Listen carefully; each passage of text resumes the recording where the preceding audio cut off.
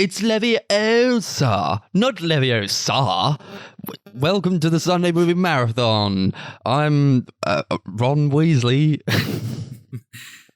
I'm Hermione Granger. And I'm Harry Potter. And this is episode 54, a magical episode. Which had nothing to do with Harry Potter whatsoever. We're not even talking about Harry Potter this time. No. What's up, guys? How are we doing this week? Not bad. It's been really cold the last couple of days, though. We're getting into winter. I put my heater on and now my room smells like burning. It does. It smells like burning plastic. It's not alarming at all. Clothes covering it or something? No, I think it might be... I have this radiator back in Luton, and these radiators are like notorious for like smelling like shit. Stink. I think it's because they're quite... I'm not going to lie, they're kind of cheap. Oh, great. Yeah, it only costs like £20 from Tesco or something. Which basically means there's a fire hazard here and we're going to die later on. There'll just be fire behind us at some point. That's all right, as long as we finish the recording, eh? Yeah, the viewers have to know our demise. Yes. It has been colder. It like hit November and then like just suddenly dropped.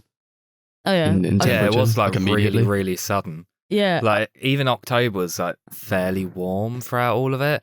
And then literally the day it like hits November, it's freezing. I only really noticed it yesterday though. I was walking to work and I got in and I couldn't, when it gets really cold that your chest kind of hurts. I was like, I can't breathe, guys. It's so bloody cold. And they were like, yeah, it's time to crack out the beanies. And like fucking workforce wearing beanies around the fucking gaff. I'm like, oh God.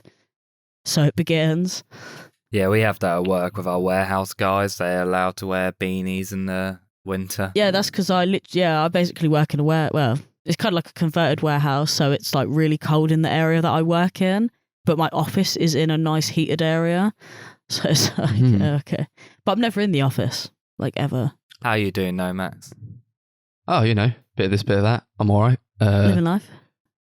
What's gone on this week? Not like loads, I don't think. Went to like a gig with Darcy and I got kicked in the back of the neck. So that was fun. No, you got scratched in the back of the neck. Literally blood. Well, with the shoe. Yeah, I got hit in the face by some guy wearing all denim. It really fucked me off. Yeah, fun times. I realised I noticed they just like broke out the Christmas decorations immediately just around where we are. We got like shopping centres and have they? They've erected this massive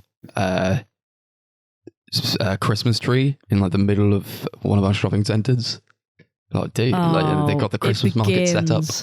It does begin. I've noticed that when walking to work, there's been like some houses that have already put up their Christmas decorations outside. Oh, Luton could do one better. There are people down the end of my street, like near where the Tesco's is. They just keep their stuff up 365 days. They're just like, we can't bother to take it down. Maybe it's Santa. He lives there. Do you know what? Maybe it is. Why would he want to live in Luton? I don't know. Good commute, I suppose. Cheap housing. No one knows to look really for him expensive. Yeah.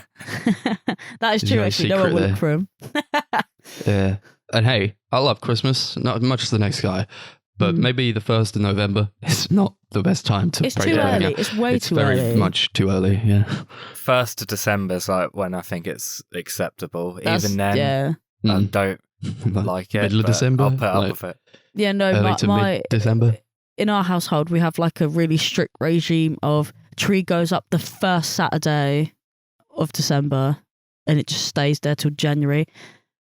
But he'll get rid of it before January 1st. You watch, like he ain't having none of it. My dad's just like, after January, it's not Christmas anymore. And I'm like, okay, Dad. Yeah. I remember in college, my mate, it was like exactly like the midpoint of the year between when like in between Christmas, so it's like exactly 6 months before and leading up and since Christmas, and he came in wearing a Christmas jumper and he was like celebrating that it was mid-Christmas.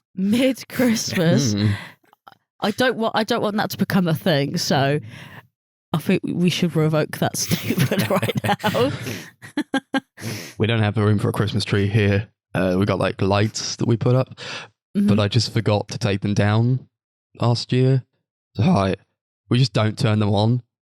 And like when Christmas rolls around that time, I'll just turn them on again and be like, oh yeah, the lights, they're still up there, but we just haven't had them on all year. I like that. At least he's prepared. He's got them already done. He's just got to turn them on. I'm always thinking, I always see them and I'm like, oh, gotta take those down. And I just don't. I'm very, very lazy with them. But hey, no point in taking them down now, is there? Not really. No, you're so close to it, you might as well just keep it up. Maybe you can learn for next year. No, I probably won't take them down next year either. Like the difference between like Christmas and not Christmas is just that the lights are on. Well, I suppose so. If they're not very Christmassy lights either, are they? Well, I don't know. Like they're just lights, I guess. Yeah, they're just like fairy colours. lights. Yeah. Okay. Yeah. That makes sense. Yeah. Okay. I gotcha. Chris is now dreaming. Come on, Chris. Get with the game. Dreaming of Christmas. I'm not dreaming of Christmas. No, me neither. No. But until Christmas, because I'm sure we'll do a Christmas episode. We did like a whole month of like horror, but well, we did the Twilight movies as well, but they're pretty freaky. I don't know if we'll do that for Christmas. Do you know month. what? I'm going to beg you guys that we don't. No. Because there's just I not don't a think I lot of could do good it. Christmas movies out there. I hate to say it. I would do 1 week, but I wouldn't do Yeah. a whole month. I think that's what we did last year. I'd say we could do like the Die Hard movies, but I don't imagine that'll be much fun after like the third one. Yeah, maybe not. Oh my god, how many diehards are there? There's 5. No. I wouldn't want to do all No. 5 of them. I'd probably only do the first 3. But even then, after the first one, it's kind of very downhill. We're clutching at straws now. Do Yeah. Home Alone. There's a new one coming out. Oh, there Is it there? is as well. Oh. Yeah, the 6th one. Fucking hell. The Disney British one. Yeah. Can't wait. Not. So we're talking today. We had like a free for all. So we all chose a movie each. Before we get into that, I think we want to talk about a couple of new movies. There are new movies out. Yes, there are. We're going to talk about a movie wouldn't that know. Darcy and I saw last night as we were Yes. recording, called The Last Duel, Mhm. and also Last Night in Soho, which Chris saw probably more recently than Darcy and I. So I'm not like super fresh on it. Yeah, But Yeah, you saw it like a week guys ago, saw didn't it you? like a week ago today, and I saw it a couple of days later. Okay. Oh yeah, I forgot what day it was. Mhm. Yes, we did. awesome. Yeah. Yeah. We'll kick it off then. The Last Duel, which Hell yeah. is a movie from this year. It's a historical drama set in the medieval times. It's directed by Ridley Scott. Mm-hmm. We all love Ridley Scott sometimes. And this is about Jean de Carouge, who's a respected squire and knight, and he's known for his skill on the battlefields. And then there's another guy called Jacques Legris, who's also a squire, and very intelligent, very eloquent with his words, and he's a very admired noble. And then the sort of crux of this, and like the whole reason I think people would see it, is that it's about an assault on Carouge's wife, and then she steps forward to accuse her attacker, and this puts her life in danger, it puts her husband's life in danger, and also it just like these 3 people are kind of could possibly all die, and it's kind of about this duel.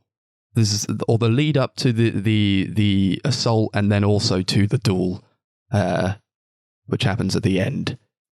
And I saw this a couple of weeks ago. Oh, maybe it might have been like a month ago or something. And I thought, wow, no one's here. It's just me in this theater with like maybe 3 other people. This movie is really, really good. It's a really fantastic movie, but no one's seen it. It made like a fraction of its budget back. What was its budget? It's like let's see if I can get this up. $100 million. Oh fuck. Any estimates as to what it made back? Hold on. So no one knows about it. So I'm gonna say 30.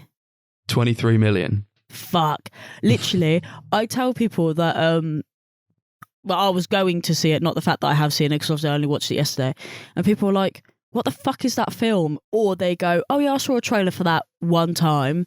Like, no one knew about the film. It's being put out by Fox, who obviously are now owned by Disney, who seem to be basically sabotaging everything they put out.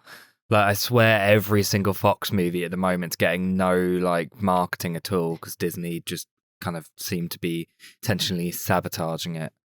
It was actually really sad. I saw an advert for it, like I was just watching my trash heap that is Hollyoaks, and it actually came up in an advert, and I was like, oh, that looks interesting. And I was like, it's not really, it was not, I don't know, I looked at it and I was like, maybe it's not for me. But then I was like, oh, look, let's look who's in it. And then I immediately forgot who the fuck was in it, because I got in there last night and I did a little bit of dancing, I'm not gonna lie, right? We'll get into that in a bit. But yeah, I just think it's quite sad. I feel like the film's been done really dirty. It has. Like, one screening as well. Like, I think every time I wanted to go see it, it was either on really late or a day that I couldn't get to. And yesterday was the last showing of it in Portsmouth that I'm aware of. And I was like, what the fuck? And it's like in a cinema that's like just ever so slightly out of the way. So we have to spend like an obscene amount of money on taxis to get there and back. Oh, that was vile. That was actually the least favourite part of my night, was just how much money was just dispensed into terrible taxi drivers.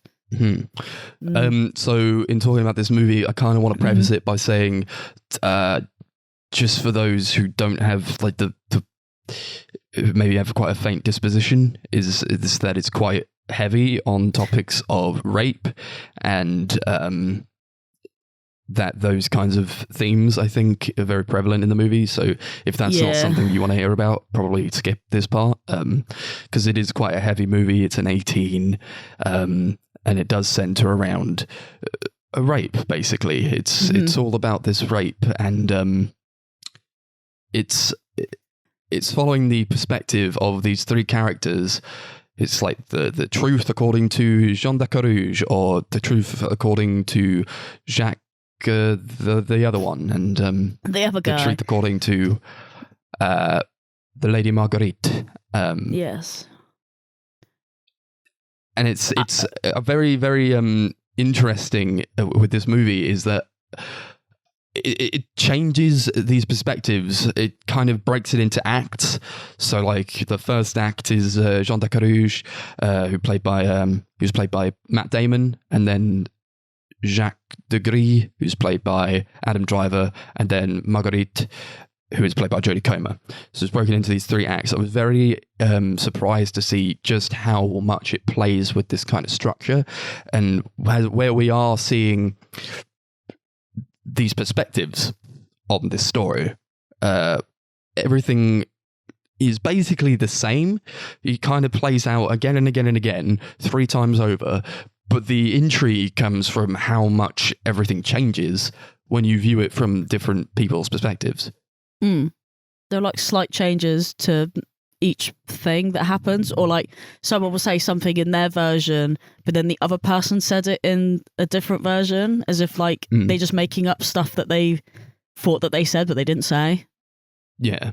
Like the men will be like, they imagine themselves being a lot nicer or a lot more sympathetic, whereas when it goes to Marguerite's perspective, it was very clever in a sense that it says the truth according to the Lady Marguerite, and then it's like this subtitle, and then it fades away, and then it just says the truth. It's like, you know, this is what happened.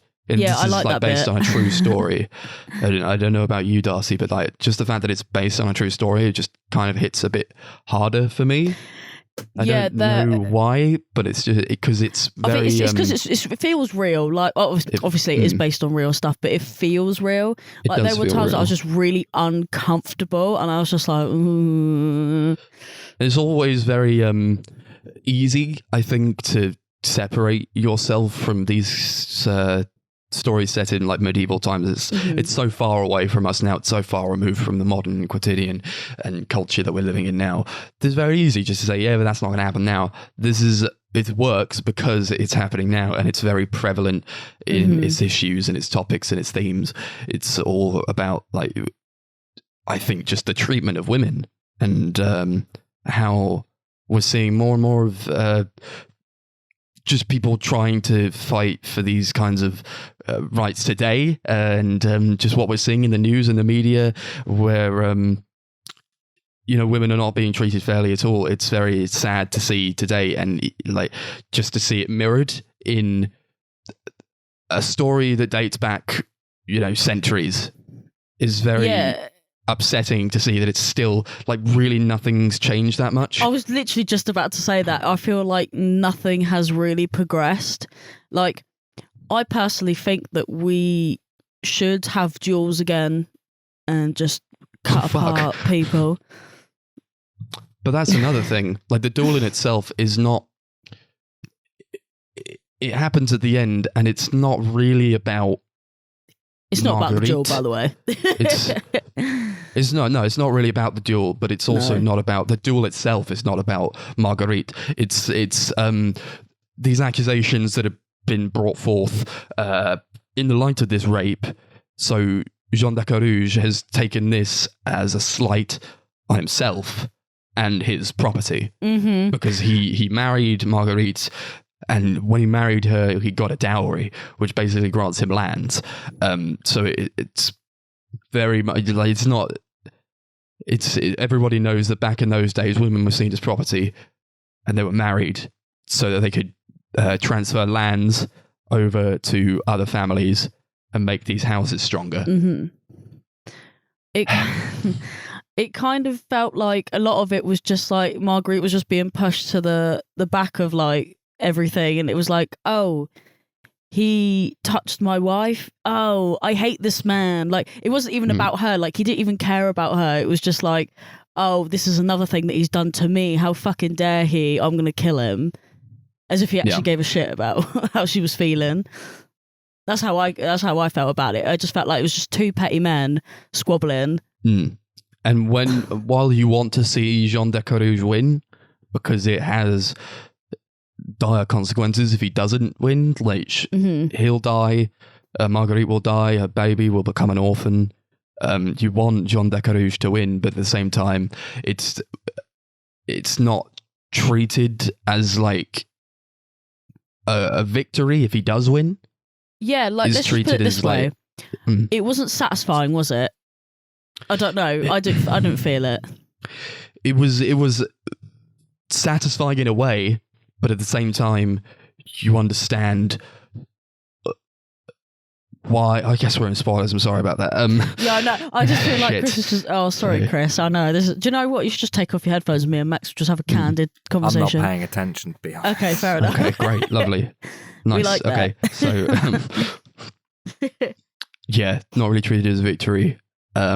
It's because Jean de Carouge is not very nice to her. He's not like a nice guy, really. No, he's quite horrible all the time. What I think is funny is that obviously you see his version first, so you're sort of made out that he's like this really nice guy who's been like wronged, and it's like, oh, I feel bad for him. And then by the time the last part comes around, I'm like, oh my god, I hate both of them so much. I want them both to die. There are also a lot of archaic rules that they kind of go by in this court that they're trying to appeal for, where I guess like there are some rules where you can laugh at them, but other times it's like you laugh so you don't cry because it's actually happened. It's like a lot of talk about the idea of not being able to conceive through rape is comically preposterous. Yeah, it was like, it was one of those moments where like people were laughing out of just like sheer shock almost. It was like, oh yes, how can you have a baby through rape? You're not pleasured. And it's like, it's just cringe. Like, I hated it. Because I suppose the idea was that a woman has to orgasm in order to conceive. Yeah, I mean, LOL. Sorry. But Jesus Christ. There were some really weird laws there. I was surprised just how much comedy is in the movie for a movie so dour. Yeah, But they do pull it off. so casually, like, oh, do you find this sex pleasurable? And she's just like, yeah, of course. It's just like, okay.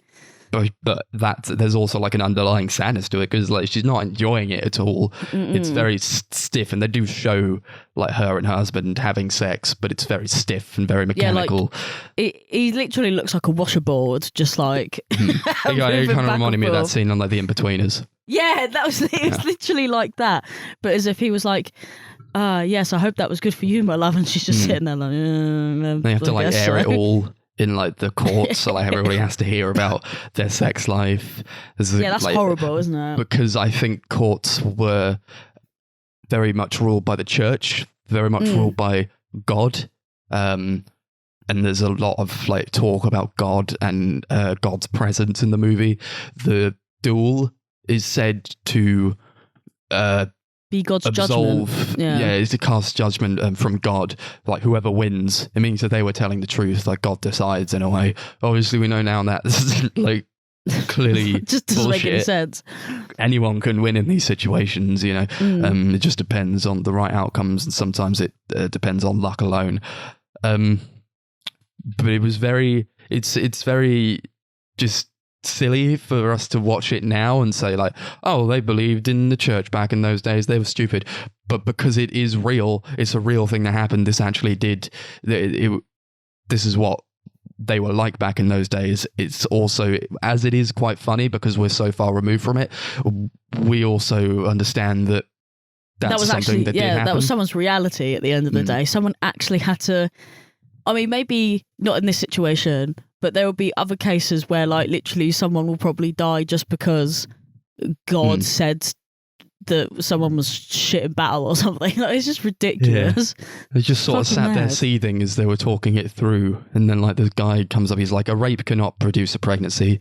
This is just science. Oh Everyone my God, laughs, but I'm like, oh, come on. That part only made me laugh because he was like, it's just basic science. Because they like, have to like they're basically trying to force her into saying that she enjoyed it, like, and it's horrible to watch. It's like, well, if you didn't enjoy it, then like you couldn't conceive that way, you know. Which is, I mean, just obviously a blatant lie. Yeah, it's I mean, what? But then again, they don't know any better, do they? They're to be honest. No, well, it's still really unsettling. Very much, you know, church and state are very woven in together back in those days. It's just, I mean, apart I don't from know, the whole, like how you kind of felt about like the more harsh scenes. I thought they were depicted very well. Because it kind of changes every time when it gets to Marguerite's when we see this like rape scene in its entirety, it's so horrendous to watch. It's so upsetting. I know that it's done very well. Very it doesn't go over the top with it. It's not like irreversible or something.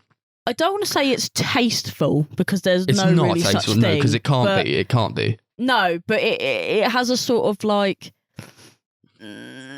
It doesn't drag it's me not super along graphic for too with long. it. Yeah, that's what I mean. Like it's what kind of it shows, but like it's kind of just like a close up on her face, and it's just the performance alone.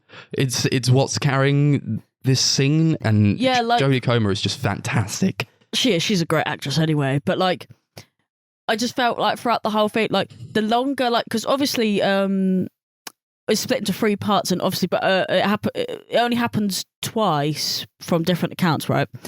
And literally the third time, because you know what's sort of coming, because you know it in the order that it's going to happen. I like literally, I had a hoodie on, and I was just literally like moving the hood closer and closer and closer to my face because I was just like, I can't watch this, and I just spent the whole time. I could just feel my heartbeat going. It was fucking horrible. It was one of the worst things I've seen. I say that as if I'm ever going to watch that Irreversible film. Not a fucking chance, guys. Yeah. No. It's too much. It is too much. But yeah, I just kind of sat there because I knew what was going to happen. Yeah. But it didn't make it any more easy. No. It because my heart was still like thumping out of my chest. It was like tensed up. Horrible. I was almost like in tears because it's too real. It's literally it too feels much. real. It's not for the faint of heart, I don't think, and it's an 18 for a reason. It is very hard to watch at times. It is like I honestly literally I just had the hoodie over my face, had my hands in my face. I was like, I can't do this. But it's important to show these things. It's important that the story is told, and I feel like it's important for people to see this movie, even though not a lot of people did. No, I think it's one of those films where it kind of, so when was it the mum's talking about how she was like, oh, I was raped but we didn't say anything, and she was like, well, I can't not say anything, and I was like, fuck yeah, bitch, you fucking do that. I don't know, it's one of those films where it's like you just have to stand up for yourself, because it's just, you can't let injustices like that go on. I mean, I say that as if like anything's actually really changed, but I feel like it's important. It's also hard. It's a hard subject to broach. It is. I think, because a lot of people still to this day don't really come forward. I mean, there are reasons for that, I suppose. Exactly, yeah. Can't really blame someone not for coming forward. No. Oh, God, no. I don't want anyone to think that that's what I'm trying to get at. But I think it's important in instances that people like this, it does create a precedent for other people to follow, I think. Yeah, I think that's what I'm trying to say. I feel like it's a good example to lead from. Like, you can say things and it will hopefully reach a good outcome. But I don't know. I think it's quite a sad tale about just how little justice there is for cases like this. I mean, I don't know. It's a different topic for another day, but it's definitely another podcast. Yeah, I feel like it's definitely something that it really rings true, especially as like, I mean, obviously I've been very lucky that nothing's ever happened to me like that, but like as a woman, I feel it, you know what I mean? Like I feel a bit more connected to the story, if that makes sense, sure. I guess. Yeah. But not in that kind of way. No, yeah. I think we can get off of this now. We can just give our ratings. I don't want to get too in depth with like the themes when I'm not like the master of like this kind of thing. I'm not like. No, this isn't so our well-versed sort of story. Really, I don't think this is a movie podcast, and I want to get into like. We've been rambling for way harder ages. Discussions. Yeah. So I think we'll rate it. Cool. You want to go? We'll do it out of something. Yeah, sure. Oh, sure. Yeah. They say like the little death. Little death. Oh my God, I was just thinking that. Are you not experiencing the little death? Oh no. I've never heard anyone call it little death. Yeah. It's a nickname for an orgasm, isn't it? Yeah, but I've never heard of that term before. I only know of it because Mark Hoppus's band Plus 44 have a song called Little Death, all about sex. Oh, nice. Fair enough. Okay, that makes sense. Yep. So this is it's not a movie for the faint of heart. I would say go and see it, but I don't think you can anymore. No, I don't think so. Unless you're willing to travel, I think. If I kind of want this to become like a classic movie, like a cult movie. So maybe if it goes on like streaming and people will see it then it'll gain a bit more traction. People will start talking about it a bit more because it is very important for people to watch this. As much as it is just like a movie, it's a movie set in medieval times, sword fights and battles. It's very violent and graphic. I'm sure it appeals to a lot of people, but I guess it's not for everyone.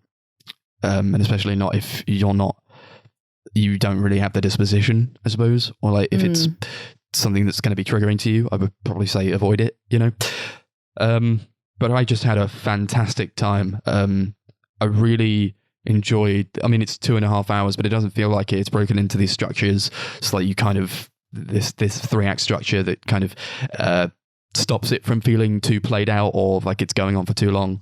The one criticism I have with it really is that the accents are not very consistent.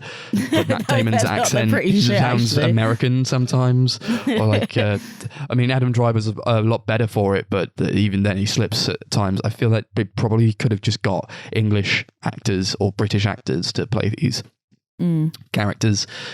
It might have been a bit better, but that's about all I have to say in terms of like things that put me off, really. So yeah, I love it so much. It's such a good movie, honestly, and I'm quite sad that not a lot of people saw it, but I hope more people do see it in the future. So I'll give it 9 little deaths out of 10. Sorry, the the little death thing is going to kill me. So good. I'm actually glad that I came to watch it now, because obviously it's been like a really long week, and at one point I was just like, fucking hell, it's going to be such an arseache to get to. Is it even worth going? No, it was worth going. And Alex Lawford is in this movie, and I love him. So that was a happy day for me. I actually think this film's amazing. Actually, controversial maybe, but this might actually be one of my favourites this year. But then again, we haven't had a lot of good films this year, so it might not be a very high compliment, to be honest. But not to journal on too much about it, but I think people should go and see it if, like Max says, you are willing to see it, I suppose. 9 little deaths. Awesome. Now I guess we'll talk about another movie that came out. It was fuck it, Chris, you want to introduce this? Because you saw it most recently. Yeah. So the other movie that we watched is the new Edgar Wright movie. Obviously, Edgar Wright, best known probably for films like the Cornetto trilogy, Scott Pilgrim, Baby Driver. Really great British director. His new movie is Last Night in Soho, which is his first, I guess, like fully serious movie. There's definitely comedic bits in there, but for the most part, this is just a straight, like, horror mystery sort of movie. The film is all about a girl called Eloise, who is played by Thomasin McKenzie, who goes away to fashion school in London. And she starts having a bit of a shit time, really, and isn't really fitting in. She moves into this kind of creepy apartment building and starts having dreams of herself in the 60s, basically mirrored as an aspiring singer played by Anya Taylor-Joy called Sandy. And slowly things start to kind of get confusing, and it kind of draws the line between what's actually real and what's all in her head. It's kind of like a psychological sort of horror movie, I guess. What do we all think of it? Yeah, it was good. Yeah, it was good. It was good. So yeah, it was really good. It was really good. This movie's really very good. I really like Edgar Wright as a director. I haven't seen him tackle this sort of thing before. He is very much in the realms of comedy. I suppose Baby Driver leaned a bit more into the serious drama than perhaps the Cornetto trilogy. This, again, Chris said it had elements of comedy. It does, but for the most part, it is quite thriller based. It is. It does have quite heavy themes in it, relating to, I suppose, victims of sexual abuse. That's kind of mostly what I took away from it, was just like how women are treated, or perhaps how women were treated back in. I mean, yeah, it's very much a parallel to The Last Duel in that way, but I don't want to say this goes lighter on it, but I will say that it's more like fun, just straight up fun with it. I really had a good time with it. I feel like it gets a bit goofy kind of towards the end, but I'll get into it in a bit. Yeah, I mean, don't get me wrong, I like this film, but I think I liked it definitely the least out of us three. There was something very maybe it's just going back to like this whole like treatment of women and stuff. I feel like it's been quite a heavy week for us, so to speak. But I just I don't know, it made me just quite uncomfortable, but maybe it's because of how it dealt with it. It's just kind of, I don't know, it just wasn't all there for me, to be honest. But I did like pretty much everything else about the film. Yeah, I really, really loved this movie. I thought it tackled, it's kind of like almost like a Me Too sort of movie where it tackles just the way women are treated in the entertainment industry in such I think it's a really great way. So much of the movie is kind of, it starts off like glamorizing like the past and how times have changed and how, all this like really great, beautiful stuff that we always like think about from like the 60s in London and stuff. It's just kind of died and how different the times are. But then it slowly starts to delve more into the fact that although we do like glamorize these settings and like the beautiful parts of it, we always forget just how horrible it was at the same time, like just how corrupt and evil the entire like just that music industry and just like the general like just entertainment industry can be when you like just like look deeper behind like all the glitz and glamour. And I think it tackled that in a really, really good way. I feel like this is another one of those films where it's saying exactly the same thing. I don't feel like much has changed, because I feel like there are still people in that sort of industry who are like, it's pretty dark. Let's just put it that way. I mean, it's probably not quite the same, but I assume it's quite dark. Like if we're getting into cases, like similar things with like, like things like, with like Kesha and stuff, like it's that kind of thing that it just kind of brings home the idea that, man, people just don't like women. Yeah. Fuck women. And they do show that it hasn't really changed. Like in one of the opening scenes, she's like in this taxi and like gets dropped off by her student halls, but the taxi driver is like really creepy and starts like talking like very sexually to her and like waiting around in that taxi. Waits for her, says that you can't be alone at night like a young girl like that. And there's like a bit where she's like a party just trying to sleep because her housemate's having sex in their room. And there's like a guy like creepily starts trying to chat her up. And there's all this like really weird stuff that kind of just shows that times haven't really changed. Do you know what? This kind of so I went to go and see this with Max, but I was like going by myself. And I was feeling really anxious anyway, because I've kind of gotten to that point of the year where like I don't really like going out in the dark by myself because I'm a pussy.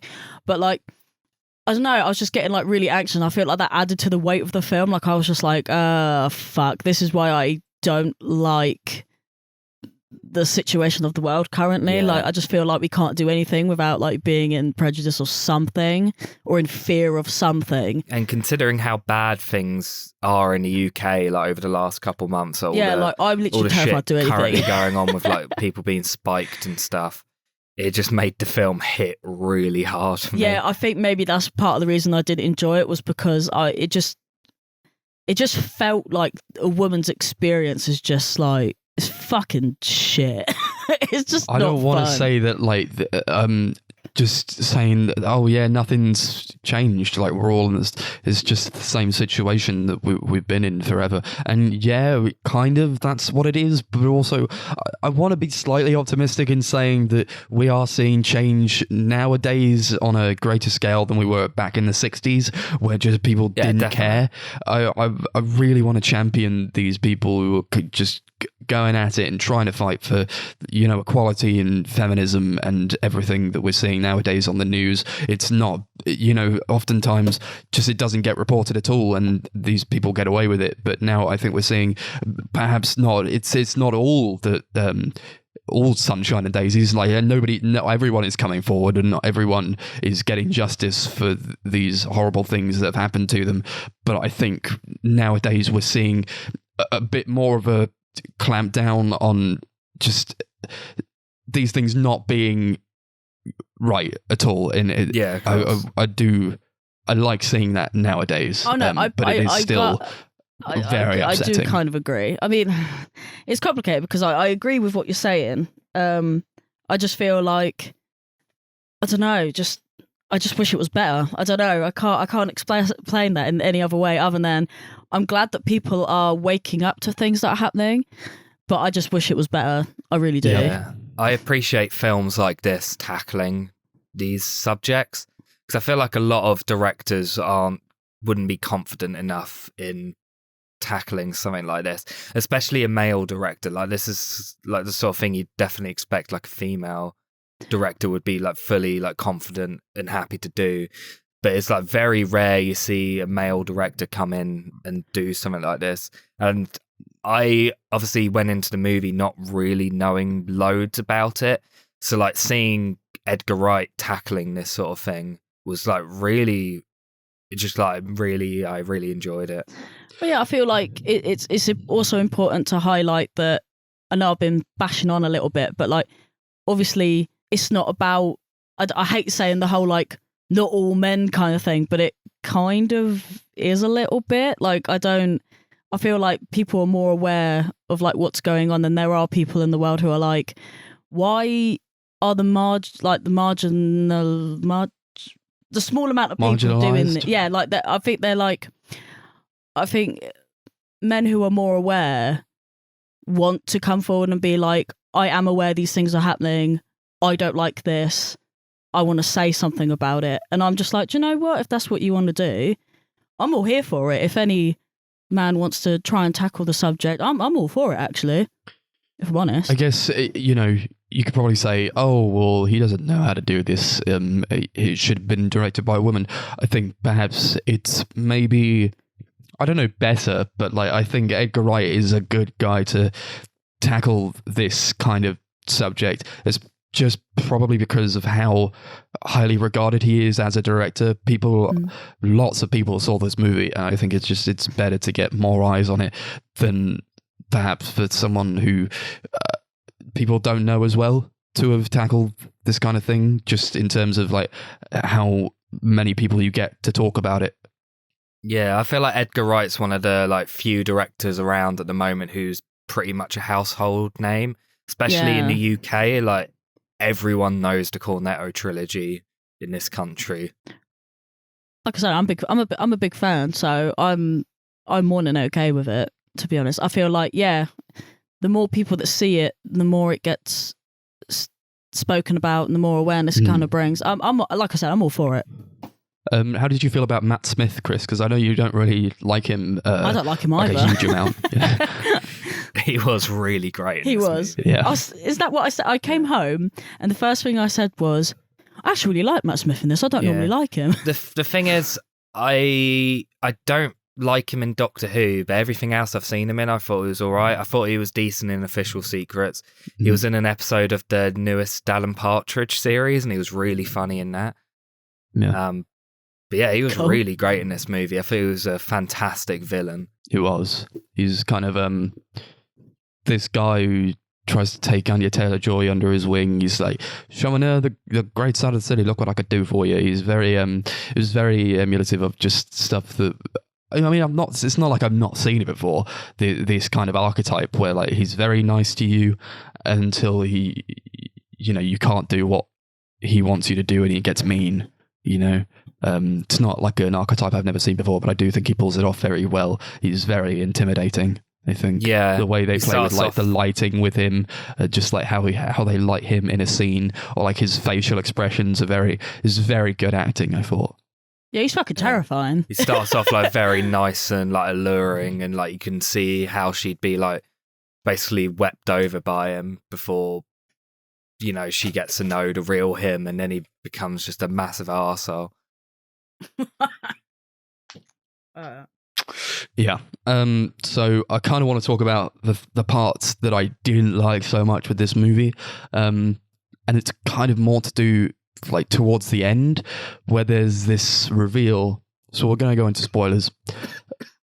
There's this reveal that Thomasine McKenzie's trying to find out who killed Anya Taylor-Joy, and then it's revealed that she wasn't killed. She's the one who killed all these guys, and it's this big reveal where it's this old woman that she's renting a room from. And I kind of already knew that's what it was going to do. Honestly, I kind of figured, yeah, she's probably Anya Taylor-Joy.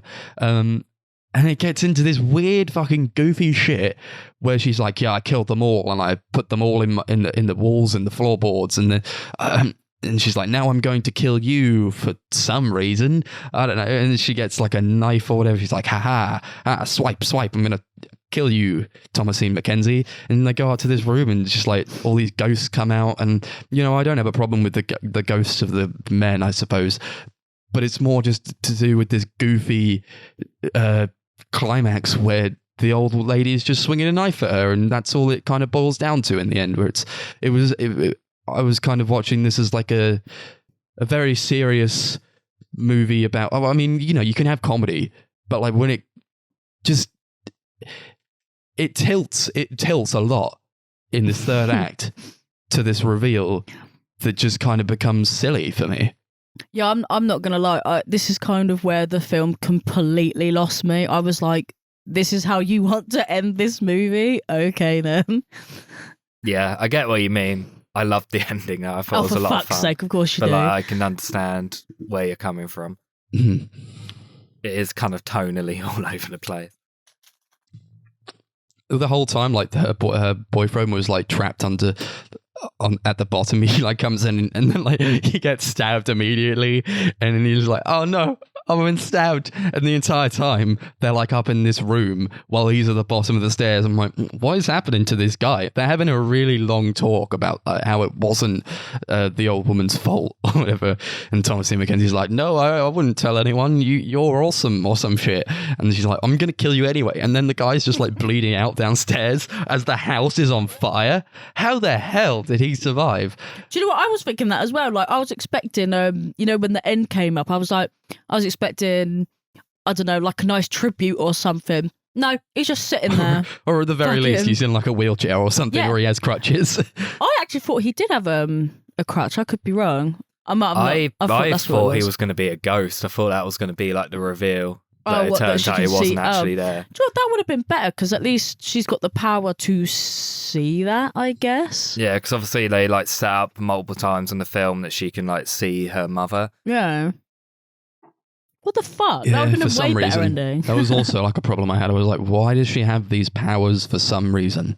I don't know. They never really go into it. Yeah, apart from the dreams, they don't really go into that, do they? Yeah, I think they kind of try and set it up that it's not really like a power. It's more that she's like mentally ill because her mum like killed herself because she had like schizophrenia or something.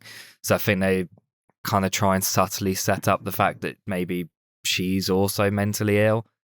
Oh, I maybe. think they do more than subtly set it up. I think they literally depict her as someone who has mental problems, I think. But where I don't want to be so down on this movie. I really like it. But these parts that kind of get to me, I just can't really get on board with. You're like, yeah, no, I get that. Okay, so you like set up that she's maybe has some problems mentally, fine. But then don't depict that as like a superpower. It's like, yes, schizophrenia made me more powerful than ever. I can see the past when I go to sleep. That. It's like, that's stupid. I'm sorry. Darcy's just eating Pringles. She's given up on talking about the movie. I thought visually this film was really, really great. There's a lot of really creative like effects and camera work throughout that I love. Like there's like multiple bits where you see like you got Thomasine McKenzie like reflected in the mirror as you see like Anya Taylor-Joy like walking along. And I thought all of those bits looked fantastic. So I just wanted to quickly say that it's because I've drank too much caffeine and I haven't eaten anything. So if you hear any crunching, apologies. Yeah, I think it's about as good as Edgar Wright's directing has gotten. Like, save for like the story itself and like the gripes I have with it, it's very well directed, and I think it's strange to see, like, you know, Hot Fuzz is one of my favorite movies ever. I think that's so well directed, but just like to see him keep improving with every movie he makes, he's really like, it's no wonder he's one of the best directors, or like revered as one of the best directors working today. Yeah, I think Shaun of the Dead and Hot Fuzz are my favourites from him, but I do think he just keeps improving as a director, especially like on the technical level. Like there was just so much in this movie that I found so impressive, and I thought it was great. Now, there's like a murder scene, like in the past where Anya Taylor-Joy murders that guy. That's like straight horror shit. Where just like there's a knife going in and out of him. That was so well done. Where just like you see her reflection in the knife. Yeah, that was really great. What did you guys think of like all the scares in the movie? Like especially with like the What ghosts. scares? Where you got like the Scares. ghosts of the men like with their Oh, like with no blank faces. and stuff. Shit, to be honest. I didn't care. I mean, the scares, I didn't really get scared by it. I guess that's what I like, mean. what affects me more about this movie is just like the themes. That was kind of unsettling in like thematically unsettling. The scares when it kind of went for like a jump scare with a ghost didn't really get to me, but I do like how the ghosts look, where like especially towards the end where like their faces are quite blurred, so it's like, yeah, it could have been anyone. It's just there's so many of these guys that just took advantage of her. Like they all kind of combined into one mass of a man with no face, really. I actually kind of thought, you know, the bit when the two go back to the flat and they're like about to have sex and then she starts screaming, that actually felt worse than the actual scene where you're watching him get murdered. Yeah. It was just I don't like when people randomly start freaking out and start screaming, that's like I'm like, I'm out. I don't like, I can't deal with that. No, I She's thought very those tormented, you know. Yeah, that's what. It's very upsetting to see. Yeah, and you kind of feel it though, don't you? Like that part was worse for me than watching someone get stabbed. But I feel like we've seen so many like horror films and stuff now that I'm just kind of like desensitized to that whole kind of thing. But people's reactions have to come up with more creative ways to show these things. Yeah, I feel like a ghost. Okay. Yeah, I thought the blank like faced like men were really creepy. They kind of remind me about Slender Man. Fair. I also did I did like the usage of jump scares throughout. I thought anytime he used them, they were effective. Right, Chris. There was never a point where I felt like it was just cheap and they were just doing it because they couldn't think of anything. Can you give me an example of a jump sure. scare, please? Because I can't remember anything making me jump. Well, maybe you did. I don't know, but I can't remember. Yeah, there's multiple. Like, there's a bit where she like wakes up from the dream and she's like, okay, that's all over. And she goes to like turn off her clock and suddenly like a hand like flies down, and grips onto her. That was like the only bit that genuinely made me jump because I wasn't expecting it at all. I think I like the part. Is there a part where she wakes up, Thomasin McKenzie wakes up, and then Matt Smith comes into the room and starts yelling at her? Yeah, that was pretty horrific, I think. Yeah, that was a really like, creepy. Yeah, you thought you were out of this just because you woke up. You're not. Yeah, there was a lot of bits like that where she like thought it was all over, and then suddenly like one of the ghosts or someone would like jump out. I like how it depicts like the inescapability of it. Yeah. Yeah, obviously I complain about jump scares a lot of the time, but I thought that this film used them very effectively. There was never a point where it just felt cheap or just unnecessary doing it for the sake for me. of it. Yeah, I do agree. Yeah. Yeah, it's a sign of a good horror director, I think. Yeah, I actually really like him. Good on him. I loved the music throughout as well, how they use a lot of like classic 60s pop music. Sorry, what was that thing that you guys argued about on his review? What was that song that you were talking about? What? The song that they play at the disco or whatever. Oh, Happy House by Happy House, Susie and the Banshees. Yeah, Chris really likes that song, but I really hate that song. But maybe I would like it more, but it's just a song that has played a lot in like a playlist we have at work. So for months and months on end, I was just hearing that song over and over again. It made me hate it. So it's not like anything inherently against the song. I think it's a fine song, but I do not like it anymore. Yeah. No, I really loved that song. There's a bit where they like go to like this Halloween disco and they walk in and it's playing. Like everyone in the club's like singing along. And I was like, that's definitely not what a group of like 18-year-olds would be doing. I actually don't know anyone that knows that song anyway. Exactly. And I'm 26. I know more people that know the Weeknd's version of it than the original. Yeah, but if you... is it the same? Like, is it the exact same? No, it's just a sample and has the same chorus. Because I was going to say, because then at least you kind of would know it, if that makes sense. No matter what version it was. Ah, well. Foiled again. Yeah. I think we've been talking for like an hour now. Do you want to get on to ratings? Yeah, I could talk more about this movie if I had like proper notes, because this is a movie Yeah. I did, like I said, really love. But yeah, happy to get to ratings. Lovely. Do it out of, I don't know, you decide, Chris. I don't know. Sorry, what? He asked me to pick a thing to rate it out. Oh, sorry, you were just looking at me and I was I was confused. trying to think of something. Oh, no, okay, I go was on. just looking at you while you ate your Pringles, trying to think of something. I'm sorry, I've had so much caffeine Let's just and rate no it out food of Pringles. that I'm dying. Fine. There was Pringles probably in that film somewhere. In a shop at the beginning. Maybe. There was a bit where she went into the shop and there was like a row of energy drinks. I think you should rate it out of Coca-Colas. Yeah, Why? Coca-Cola's. She had a Coca-Cola. I think I paid more attention to that film than you did. Okay. Thank you. Coca-Cola got stolen. And then he replaced it. Oh, yeah. Okay. Yeah. Yeah, I really, really loved this movie. It's great to see Edgar Wright doing something different, doing something a bit more serious. Apparently, it was heavily inspired by the films Don't Look Now and Repulsion, and I definitely could see that a lot in there. It's clearly heavily inspired by classic, like 60s horror movies, especially British movies, and I think he does a good job of wearing his influences on his sleeve and kind of doing something fresh and new. So yeah, I really loved the movie. I think I initially gave it like a 5 out of 5 on Letterboxd. I definitely say for me it's like a low 10, high 9 Pringles out of 10. But I think I need another viewing before I can really solidify my rating. Yeah, sure.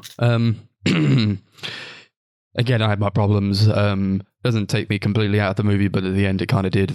In the third act, reveal. But up until that point, I was just having a really great time. It's tense when it needs to be. It's funny when it needs to be. And it kind of just leaves you thinking. I think it's just a really good movie for that. And I'm very glad that more people are seeing this. You know, perhaps it's Edgar Wright, perhaps it's the actors, Annie Taylor-Joy, Thomas C. McKenzie, Matt Smith, all really good in the parts. And I guess, yeah, it was marketed very well, I think. It was marketed so as to get people in the theatres, I think. So I was going to see it anyway, but I'm glad that more people did, more eyes on it. Yeah. I'm not sure how it's critically doing. I don't know if people are loving this movie or not. I think it seems kind of mixed. Yeah, I was going to say it's definitely a mixed bag. People seem to either really like it or think it's really bleh. Yeah, it's one of those films, though. Yeah, sure. I really liked it though, so I'll give it 8 Coca-Colas out of 10. I'm somewhere in the middle, I would say. I didn't think it was as bad as some people made it out to be. Like, I knew there was some like reviews and stuff of people just being like, yeah, this isn't the film, this ain't it. And I'm like, really? Because I quite liked it, but I didn't love it either. But then again, I didn't really know what to expect going into it anyway, because I didn't really read up anything about it. All I know is that someone was supposed to die. Cool. Great. Yeah, to be honest, I wouldn't have known that like, the trailer. Oh yeah, the trailer. Yeah, I mean, there was 2 trailers. One that told me nothing, and the other one that spoiled everything in the film, pretty much.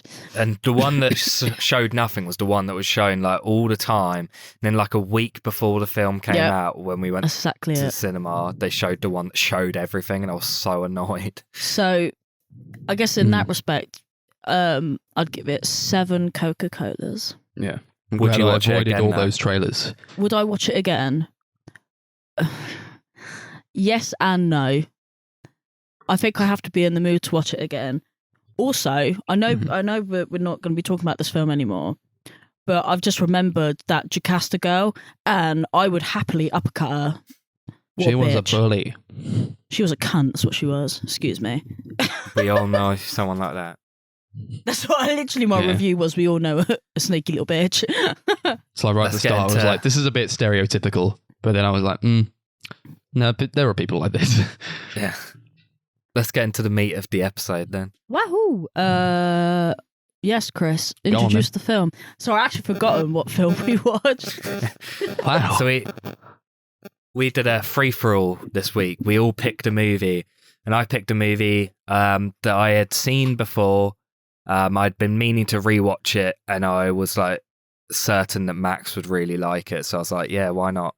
Didn't know what Darcy would think, so I thought it could be interesting. I picked the film Certified Copy, directed by Abbas Kiarostami. It's a film basically about this writer called James Miller, who's a British writer who's just written a book on basically the value of a piece of art, like a copy of the piece of art versus the original version of it. At a book reading, a woman called Elle, played by Juliette Binoche, sees him and basically gives him her address so they can meet up and discuss the book. So they meet up, start discussing just the various works of art found in the town and the nature of his book and the value of copies versus the original.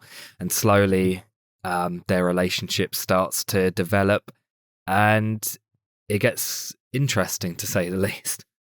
What do we all think of it? It gets interesting, to say the least.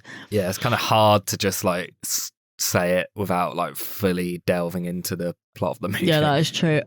I personally wasn't expecting to like it as much as I did. But then again, I didn't know anything about the film. You just went, Darcy, I'm not sure you're going to like this. And I was like, And then I nearly fell asleep, but Max gave me life juice, and we call that caffeine here. So thanks, Max, because it was a good film. It was worth staying up for. Yeah, I just thought, because it's like an hour 40 of just talking. I was like, Darcy could either find this really interesting or hate it. See, this is the thing. I think the themes and like, I know like not a lot was happening, but it was quite intriguing. Like, I think it's the dynamics, like the character relationship was like really interesting. I was hoping, because like shit. a lot of it's about art, that maybe you'd get a lot from that. I didn't take anything from the art, to be honest. It was literally everything else. It was just the characters that made me interested, to be honest. It was the writing. It was very good writing. You know? That's it. The writing is good, and the acting is good. It is just kind of like following these two characters talking for an hour and 40 minutes. It was very reminiscent of the Before trilogy. I'm not sure if you've seen any of those movies, Darcy. I haven't, but Chris said I would really like them because I found out that I like this film. If you like this movie, you'll probably really like the Before trilogy. I would agree with that. It's a lot to do with, I guess, you know, art forgery and the distinction between the original and the forged work, which is usually a lot cheaper. I got a lot of, I got like the Before trilogy vibes of just these people talking and just roaming around the streets of Italy together. There's very much like before sunset or before sunrise type stuff. It's also, I got like, I don't know if you guys have seen F for Fake, the Orson Welles documentary. Yeah, love that documentary. Really very similar in the ways it kind of talks about art forgery, where I feel very strongly that art is quite, it's at least like contemporary art can be sold for a lot of money, and oftentimes it's not warranted because you could make an exact replica and you could sell it for a fraction of the price. I think I sent you guys like a thing the other day where like a guy had printed out and he bought like an Andy Warhol print or something, and it goes for like so much money, and he just printed it out 1,000 times, 999 times, and then he mixed the original in with these fakes, these printed copies, and he sold them all for the same amount of money, wherein any one of them could have been the original, and in that case, like they all were the original technically.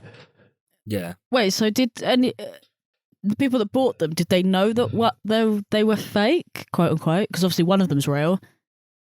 Yeah. Oh, I mean I like that idea though, because it technically is an original. It's just a copy of an original. Oh no! I see what we're doing here. That's kind of what the film like heavily delves into, like the idea of what really separates a copy from an original. It's just kind of all about, you know, your own perception and interpretation of it. And that kind of extends. So we're looking at these two people talking. You're never looking at a real relationship. It's a fabrication. But these people they're pretending to be married, and they're kind of getting into these arguments, and like a real married couple would, or just trying to interact like a married couple would, kind of just for fun, I guess.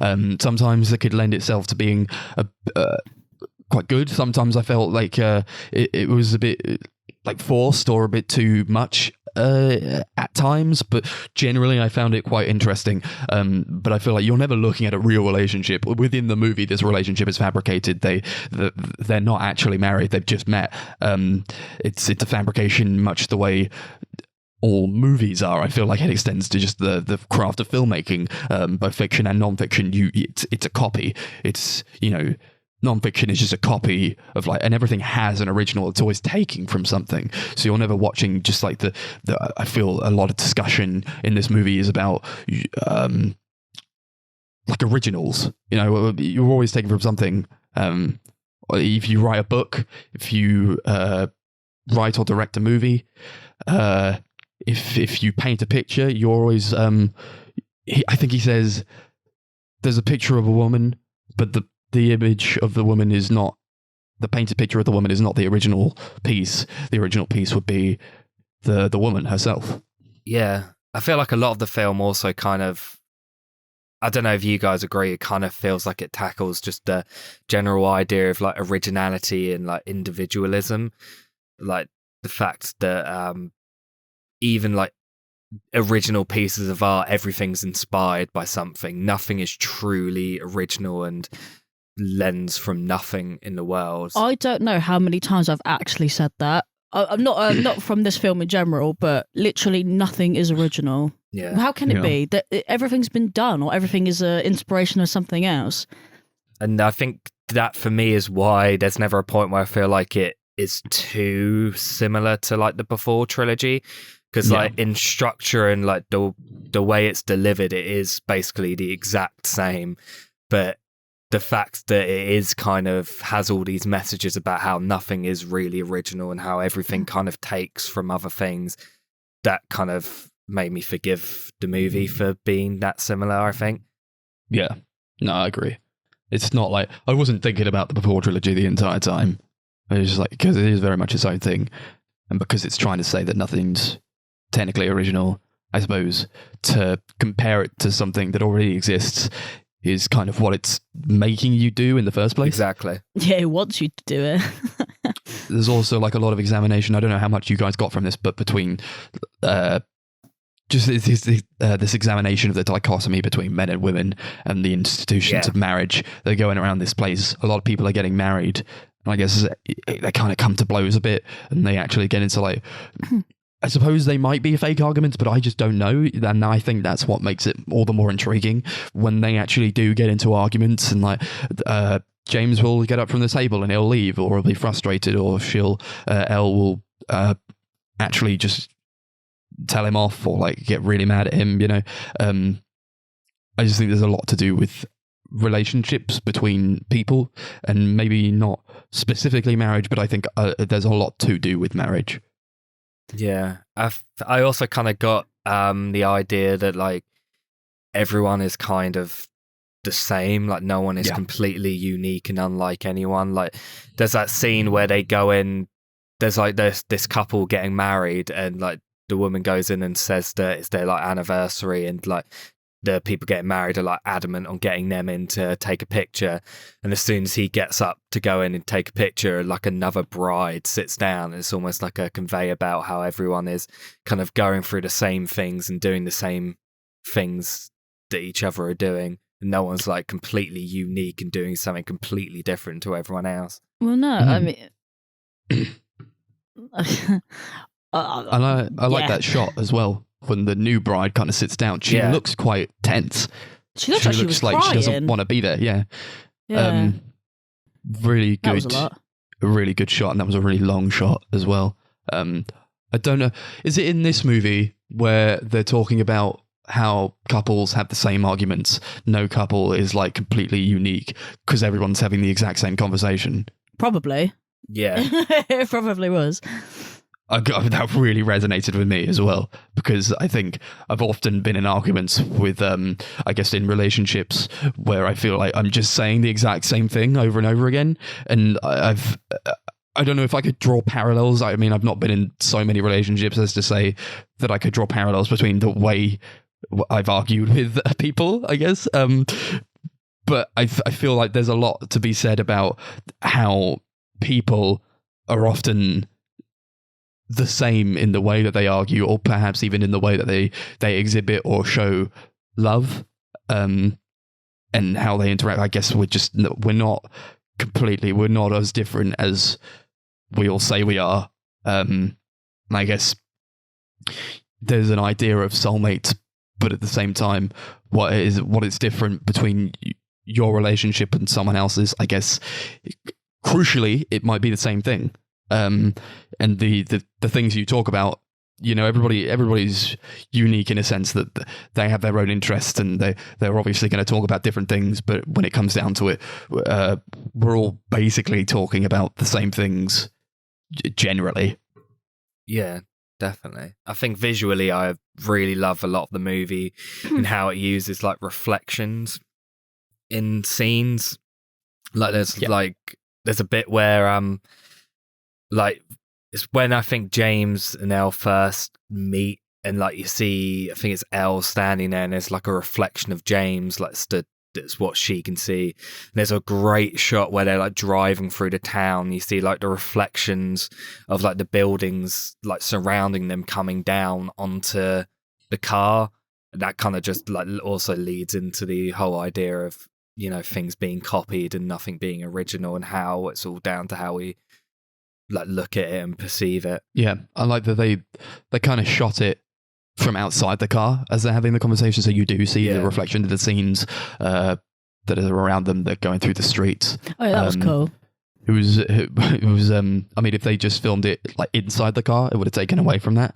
And I think that's a good way to show forward momentum, not only just in the fact that they are driving, they are literally showing forward momentum with the car, but also the story itself is being taken in such a direction. Yeah, definitely. And like the usage of like reflections and things being seen through glass, because there's quite a lot of those shots where like, there's characters behind frames of glass, like kind of like leads into this idea of how even that isn't like technically there, it's just a copy of what's actually there, and how we look at it like it is like just the real thing when technically it's not. Mm-hmm. They're also relating art reproduction to human reproduction. Yeah, a lot from. It's like, I forget what they say exactly, but it was quite interesting to feel that there was a comparison between the replication of art in terms of like copying things, and like just actually having children or babies and like just actually reproducing. We're I guess we're talking a lot today in this episode about things not really changing over time. But I feel like that's kind of what it's getting at as well. Yeah, 100%. I think that is. And I feel like there's often themes of, I guess, the dichotomy between women and men. There's like, Elle is a woman who can speak a lot of languages. Clearly, she very speaks. Yeah, well done, Max. She speaks a lot of languages fluently. English, she can speak fluently. French, Italian. But James kind of can't. He can kind of speak a bit of French. He can have a bit of a conversation in French, but he's not fluent in anything but English, which is his native tongue. And I feel that speaks to the experience of, I guess, women who have had to work even harder than men to get, like, I don't know, half as far in some cases. Yeah. I didn't think of that, but yeah, I can 100% see that. What is it with all these films being about how men are shit? But yeah, I mean, maybe it's just like our interpretation. I don't know. But he was kind of a dick. He was kind of a dick. What, that James guy? Maybe, yeah. Yeah, he was. Like, I really liked him in the beginning, and then like the longer the film went on, I was like, bloody hell, what an arsehole. Kind of born with a silver spoon in his mouth or something. Mm-hmm. But like, he doesn't actually have to try that hard. He doesn't have to learn all these languages because people just accommodate him and they could speak in English to him. Yeah, and when you get to like the arguments in the last half of the movie, although it's fake, but you kind of like are made to perceive it as if it is a real argument. I feel like in all of them, I felt like he was in the wrong pretty much every single time. I was actually starting to confuse whether they were actually married or not. I couldn't comprehend it. Yeah. Why would they make it up? I'm confused. Yeah, for me, I've kind of like got the idea that maybe as soon as like Elle's talking to this like waitress in this restaurant about them being married, it kind of like almost delves into what she's like imagining what it could possibly be like if this like fake story that she's just created up just for a bit of fun was actually real, and if they were married for as long as they were and they were living the lives that she made up that they were. Yeah. It's interesting you say that, Darcy. Why would they make it up? Why would they act as though they were married? And I kind of felt that as well. But as the movie went on and its themes became more clearer, it was very fitting. Yeah, tell me. You know, it's like, yeah, it's not a real relationship. Why would they make it up? But then that's film, right? Why would you make this story up? Why would you show this to us? Because we get lost in fiction and we get lost in the lives of people who are not real. You know, that's acting. And that's making a film. Why do we get so invested in filmmaking if it's not even real at all? You know? And I guess that also extends to like non-fiction film as well. You know, you'd say movies based on true stories, you know, nothing's going to get everything completely right. Even documentaries they're not actually the what happened, you know.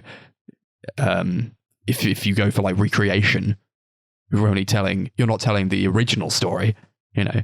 So why do we get so invested in these characters' lives that aren't real? I guess if it just came at us from a point where we understood that these characters were married, perhaps, and then they were actually getting into these conversations and arguments with each other and actually feeling this way. Are they feeling this way? Maybe half the time they are, maybe half the time they're not, but we don't know. And I think that's the beauty of this movie, is that it blurs the line between what's real and what's fake. But at the end of the day, I don't think it matters, because the movie itself is depicting characters that aren't real in real life. Yeah, this feels very meta. It is a very, very deep movie. That's kind of one of the reasons I wanted to pick it, because I knew we could get something interesting from it. What did you guys think about the ending? You know me, I like to be spoon-fed an ending if you're gonna do that. So shit they go to like this hotel where they say, this is where we spent our anniversary so and so years ago. But of course they didn't, because they only met each other like yesterday or today. And they go into this room, and I think there's a great line where I think James says, if we were a bit more tolerant of each other's weaknesses, we'd be less alone. We're like, oh, yes, that's fantastic. Really good writing. It really resonated with me. And then he goes into the bathroom, looks at himself in the mirror, and then he leaves, but the shot just kind of holds, and then it ends. And while I was thinking, I was like, yeah, this is like a movie that could end any time, and you'd just be like, yeah, okay. So I don't know what you guys got out of the ending. Well, I said it when we originally watched it. I went, this shot has been on there for too long. I know it's going to end. And because he just moved slightly and there was like a window, and I went, it's going to fucking end right there. And what happened? Text pops up and I went, okay, it's over. Yeah, Cool. I do like that it kind of leaves it all up to your interpretation. Like it's all up to you whether they carried on this relationship and actually started something and he stayed and like missed this like train he was supposed to get, or whether he left then. I mean, see, part of me loves that, because I can just sort of go, yeah, I can make up whatever I want. But another part of me just really was curious and I just really wanted to know. And I think with a lot of films, when they end abruptly, I'm like, oh, I really wanted to know what happened, but I'll never know. Sometimes a movie just ends and you're like, they don't know. They didn't even have it. They don't know what happens. I'm like, no, it's all up to interpretation. It's like, you don't know. Yeah, you but just that's why. ended it. I don't feel like that's what happens in this movie, though. I feel like it's a lot more purposeful. While I'm fine with admitting I don't exactly know what really happened, I like that it leaves it a bit more ambiguous for you to kind of put your own meaning into it. So perhaps that's something that I get more from on a second watch. Yeah, because so much of the movie is kind of how we perceive things, you know, how we perceive like original stuff versus copies. So I feel like the idea of having this really ambiguous ending that doesn't really give you any closure at all, it kind of lets you perceive your own ending. It's very fitting, isn't it? I think it is very fitting for what they're trying to do with the movie. In this film, I guess it ties into like, you know, in life, there are no happy endings. When you tell a story like this, it's like, oh, and they got married and lived happily ever after. That's not what happens because life just goes on, you know? So I guess that's also what I was getting at. Yeah, movies aren't really... A lot of the time, movies are just like just a snapshot of someone's life. Like a lot of the time, you don't really see how everything goes on. They never show you what happens after the movie, and that's kind of feel like it's very fitting for this film to just kind of end like that, not giving you any closure, not showing you what happens afterwards, because none of that's really relevant. No, I suppose when it's all sort of made up anyway, what difference does it make? You kind of make it up anyway. There was a really great moment when like they get talking to this older couple, and I guess they introduce themselves as they're married, and this is a point where they're kind of arguing with each other over this statue, where like the statue is of this man like holding a woman, and Elle is saying, "Oh, look, you know, he's protecting his lady, and he's immortalized in stone," and then James says something like, "Oh, he's protecting his woman. You don't get immortalized for that." And I guess that's kind of speaks to his thoughts on, I guess, relationships and marriage as a whole, like the institutions of marriage, which I also feel is very prevalent in the movie. And she's very upset that he kind of feels like this isn't something to strive for, like just being there for someone you love is not enough to immortalize you. Even though, you know, I feel very strongly that it is. Maybe not, you know, you don't get statues of that kind of thing, but at the same time, it's perhaps it just means more to the individuals that actually live these experiences. And then they meet this old couple, and they get talking. As they're kind of arguing a bit, they're not very happy with each other at this point. And this old man he says to James, all she wants is for you to walk beside her and put your hand on her shoulder. And then he does it, and I almost cried, because it's just this small moment, but it means everything in the context of the scene that we've just seen. Yeah, I was the same. It hits me every time. It's such a great scene. Because sometimes that's all it takes to like end an argument, really. It's just like to put pettiness aside and the urge to be right and just make up, you know? And kind of admit when you're wrong. Yeah, definitely. I love the lack of music throughout. It kind of just makes, like, the soundtrack's just basically the ambient sounds of Italy, and I think it really is great. I think it adds a lot of atmosphere. Just made me want to go back to Italy, to be honest. Yeah, well, Italy's I guess, you know, I've been to Italy a couple of times. Only there's a place in Italy you can go where you can't get just like really nice shots. It's a very picturesque country in and of itself. Yeah, and it does look really beautiful. There's a lot of really great settings all throughout.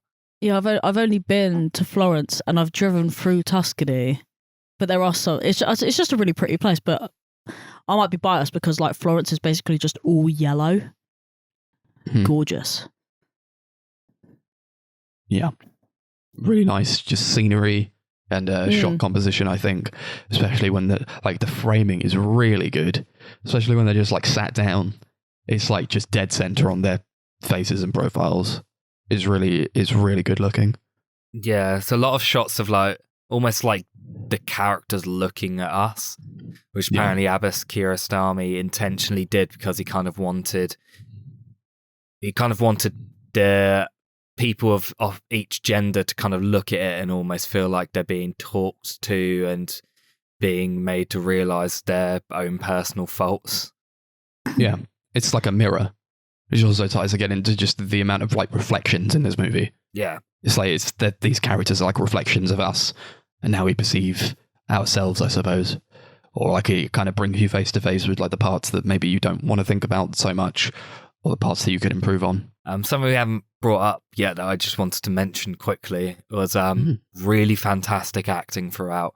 It's basically just a two-piece. It's just Juliette Binoche and William Schimmel, and both are fantastic in this movie. Yeah, really, really good acting, and a lot of like just really long takes to showcase that as well. Yeah, these are just really fantastic actors. I don't think I've seen the guy before, William. He hasn't. I think he's mostly done stage stuff. I looked up his filmography, and he's in a More Than Mikhail Haneke movie, and that's about it. Yeah, but I really love Juliette Binoche. She's a fantastic actor. She is really great. She's been great in everything I've seen her in. Mm. And just like really good performances as well from just like people who come and go from scenes, and they're only there for a couple of minutes, but they give the characters what they need to, and then they move on. Yeah, definitely. Although I do feel like the actor who plays her son can be a little bit ropey, but what do you expect from child acting? Yeah, it was a bit. Wait, who? The kid. No. He was interesting, but he was only in it for like 5 minutes, so it doesn't matter. Yeah, I guess he was arguing like it came across as like just adults arguing with each other, whereas I feel like she shouldn't have been like so upset by him because he's just a kid. Yeah. Oh well. Are we good to go into ratings then? Sure. Yes. Should we rate this out of corked wines? Corked wines? It's that bit where he drinks the wine, he's like, it's corked. Yeah. He was pissed. That's a great scene. Yeah, he was He just blows up at just like the wine being bad or something. It's like, dude, get a grip. Honestly. He's like, I told the waiter and now he won't talk to me. He's ignoring me. Yeah, really incredible movie. I loved it a lot the first time I watched it, and loved it even more this time around. I just got so much more from it, and I imagine it's a movie that every time I watch it, I'll pick up more things, because it's a very, very multifaceted movie, full of layers like a good onion, as we always say. Fantastic writing, directing and acting. I really want to watch more Abbas Kiarostami movies, because I've seen this and Close Up and really loved both. Going to give this 10 corked wines out of 10. Corked wine. I've seen Taste of Cherry before, and that's a really good movie. I really want to recommend that as well. And this is also very, very good. I don't know, because I guess my main criticism was that it felt like things that I had seen before, but if that's kind of what it's going for in the first place, I guess I don't really have many criticisms to put against it. All the conversations are very interesting. You know, there's not really a point where I felt bored at all, because it's just really good writing and performances, and I was kind of feeling tired, but that's just because it was a long day, I guess. And I also had to like have a coffee with Darcy as well, because we were feeling it. I would like to watch it again though. I really enjoyed it, and yeah, I think for now I'll give it 8 corked wines out of 10. Yeah, I feel like this is something that you can't just watch once, but then I guess you can't just watch it twice or 3 times. I feel like you're never really going to truly get everything out of it that they probably want you to get out of it. I feel like it's one of those things that it just I'm not going to say onions, because I don't like onions, first off, but there is a layer element to it that I will agree with. Also, I would like to be in a better headspace where I'm not half asleep. Because for the first 10 minutes or so, I actually thought it was going to be the most boring movie on earth. And then something just sort of clicked. I think it was when they got in the car and they were talking about the book, and I was like, oh, actually, stuff is happening now. Okay, cool. Yeah, I think I might watch it again when I'm not tired. For now, I'm going to give it an 8 corked wines out of 10. Awesome. Now we're getting into my pick. I picked a movie that is a musical, and I thought, I've recommended some bad musicals in the past. Recommended Repo. Recommended Shrek the Musical. I mean, I never picked them because I thought they were good. I just thought it'd be a laugh. But unfortunately, we watched both of those musicals at home on our own, so I guess it wasn't as much of a laugh as I wanted it to be. Yeah, it would have been much more entertaining if we watched them together and could actually laugh at it. You say laugh, Shrek the Musical's not funny. This one we did watch together. I was like, well, I'm going to recommend a good musical. And I've recommended perhaps the best. Not to toot my own horn, but it just is. So it is a 1952 movie directed by Stanley Donen and Gene Kelly. And it is called Singin' in the Rain. And this is a movie. This is a movie about, I guess it's all about cinema and the transition from silent films to talkies, where everyone's talking. People are having trouble adapting to it. You got Don, who's a guy who's really prolific in the silent film industry, and he's often cast alongside Lena, who's this very beautiful woman, but she has a very irritating voice. So I guess she's very suited to silent movies. It's what's the term? She has a voice for radio, but the opposite. And as this transition is made into talking films, I'm making a talking movie now, and Don has a good voice for the singing part, but Lena does not. She sounds terrible. So Don brings in Kathy, who he met through strange circumstances. We'll get into that, to be Lena's voice without Lena knowing.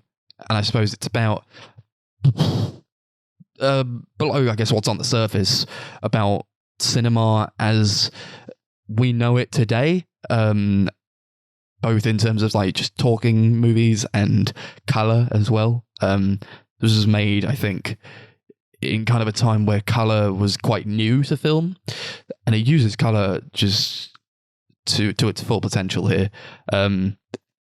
And it's music. It's got music in it, and this is some of the best music ever written for a movie. I love it. I think it's fantastic. What do you guys think? Yes. That's Darcy's full review. Just yes. Well, I got excited when Max mentioned it because I was like, oh, I fucking love that song, Singin' in the Rain. I was like, I can't wait to hear it. And it comes up a couple of times in the film. And usually when this happens in a film, like it happened in Whisper of the Heart, and there's another film I can't think of right on top of my head, but it's happened before where they repeat the same song over and over and I get sick of it. But this one was different. This one gets stuck in your head and it stays there all day, and it's great. And it cheered me up because I was really tired, and it brought me back to life, rejuvenated me. It was like a wholesome hug. I fucking love this movie. Yeah, I kind of wasn't sure what to expect because I hadn't really seen many I haven't really seen any classic musicals from this time, so I kind of had an image of what they'd be, and I wasn't sure I was going to like it at all until I watched La La Land a couple of years ago, and I was like, okay, maybe I'll actually enjoy this, but I was still kind of hesitant. So I tried to be as open-minded as possible, trying not to go in with a bias. But in the back of my head, I was kind of I'm not sure I'm going to like this, but I was surprised at how much I really enjoyed the entire movie. It was a lot of fun. It is. This is everything a movie should be for me. It's on the technical side, stunning, really well made, really good songs. If you're going for like a musical, this is like what you should aspire to. Every song is fantastic. And overall, I think, it's a very funny movie. It's very surprising how funny it is. And the humor just really works. This is so much fun. It's just a really fun movie. I couldn't believe how well the comedy holds up. Yeah. Like so many comedy movies, like like 70s and 80s. Like you watch them now and it's really, really dated. Like maybe it's still kind of funny, but it is very of its time. Yeah, I thought it was going to be cringe. The comedy in it is like, you could easily do most of the jokes today and they would still be really funny. Like the comedy is aged perfectly. I liked, what's his name? Cosmo. Mm-hmm. In the beginning, I thought, oh, Jesus Christ. I thought I wasn't going to like him because I don't know, when they put comic relief in and there's almost too much of that. Yeah, he's a very like, I guess like abrasive character almost. Yeah. Like he's very loud and hyper constantly. But I actually really liked him. Like he was quite impressive. I think I didn't really start really liking him until he did that Make 'Em Laugh song where he was just like, he was everywhere. Like that man is a machine. That was a crazy song. Fuck? Like the amount of energy that you need to do that. Yeah, the amount of like, dancing. He's like running up walls and doing backflips. He's like doing all this shit and it's like ridiculous. I was impressed. I was like, holy shit. It's very slapsticky. Yeah. A lot of just really great physical performances in this movie, and especially with Make 'Em Laugh. It kind of reminded me of like Buster Keaton, all those early Buster Keaton movies. Yeah, 100%. Where he's just going off it.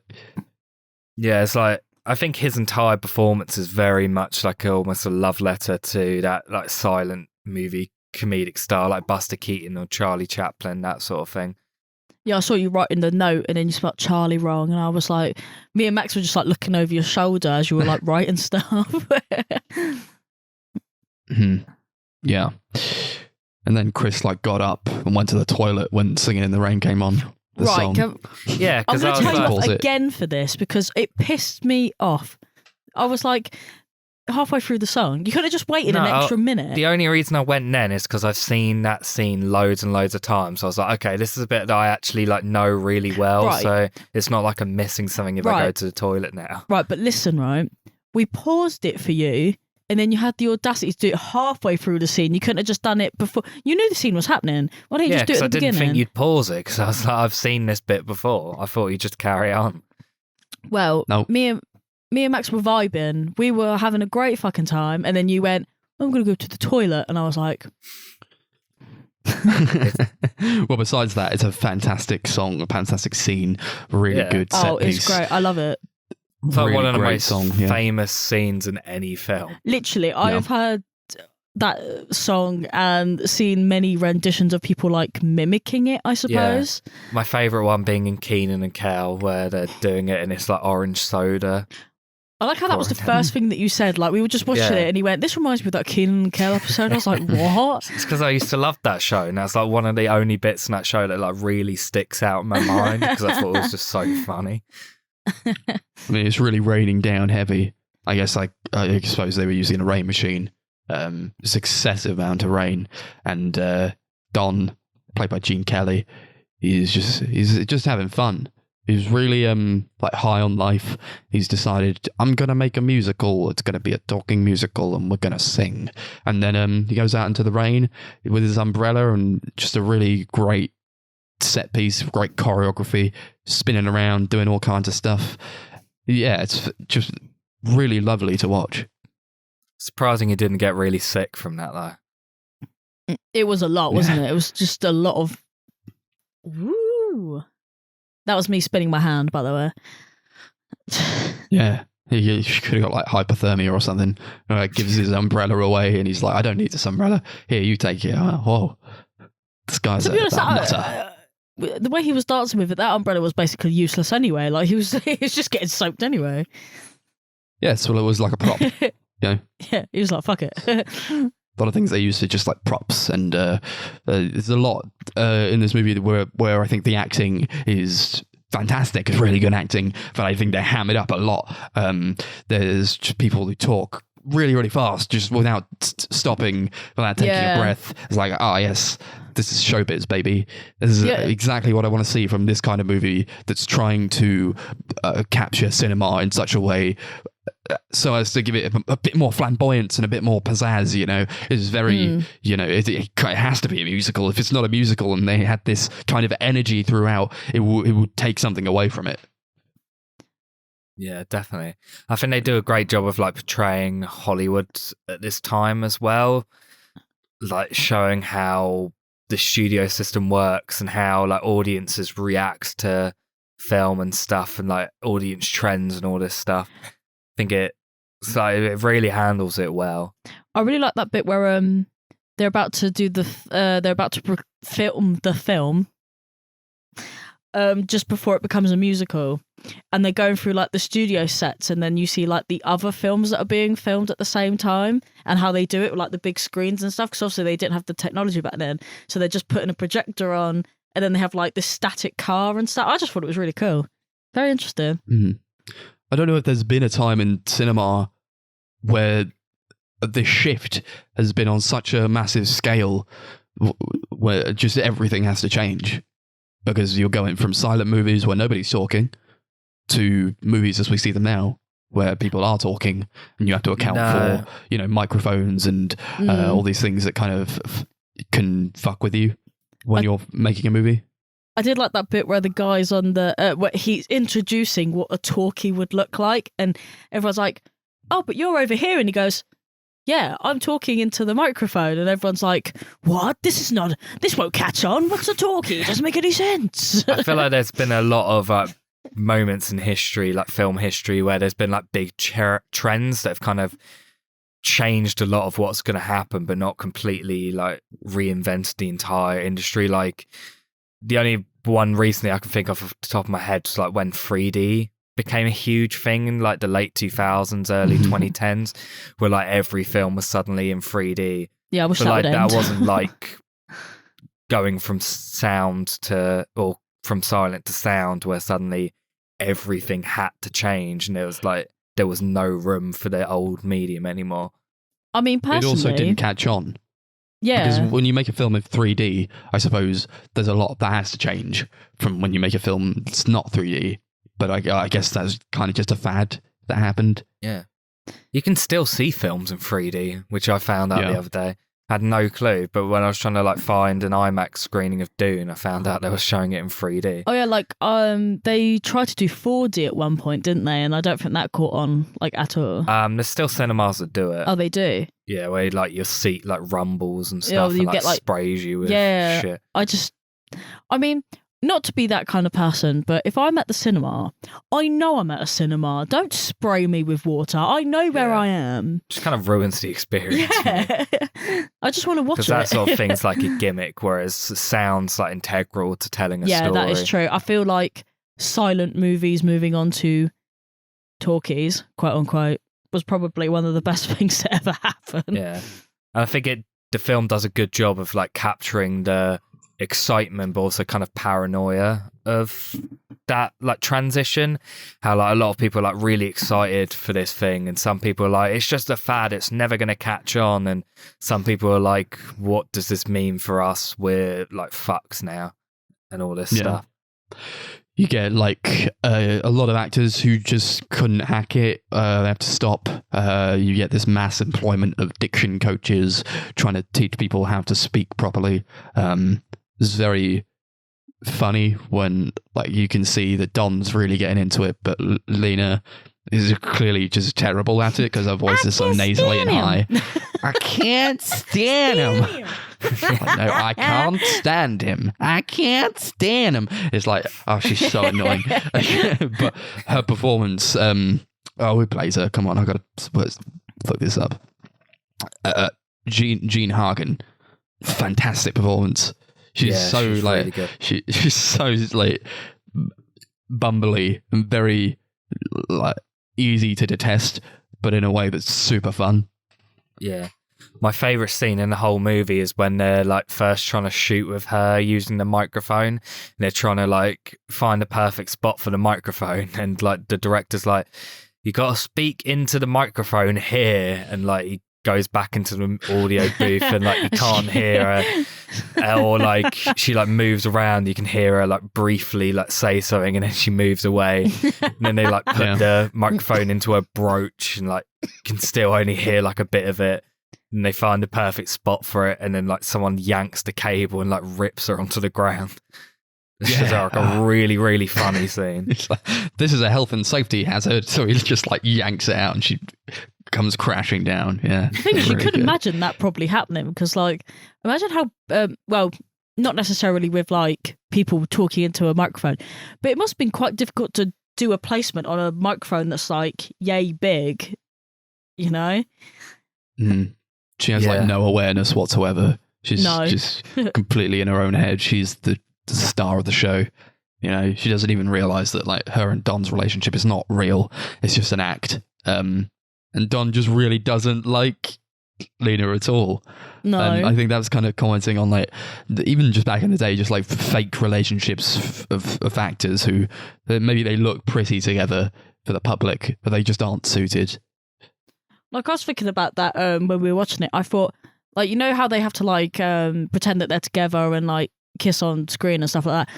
There are genuinely like actors like that though, aren't there? Where they don't get on at all and they have to work together. I would find that so difficult, especially if I really didn't like them.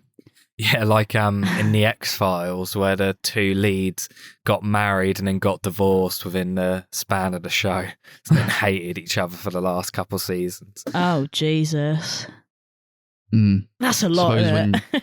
When you're performing like that, maybe you can develop emotions that aren't actually real. You know, you're like really getting into the characters. Yeah, maybe they didn't like each other. They just thought they did. I like the introduction of Kathy. There's this woman she's really good at singing. She's very pretty. And I think Kathy Selden, she's played by Debbie Reynolds, a really great performance.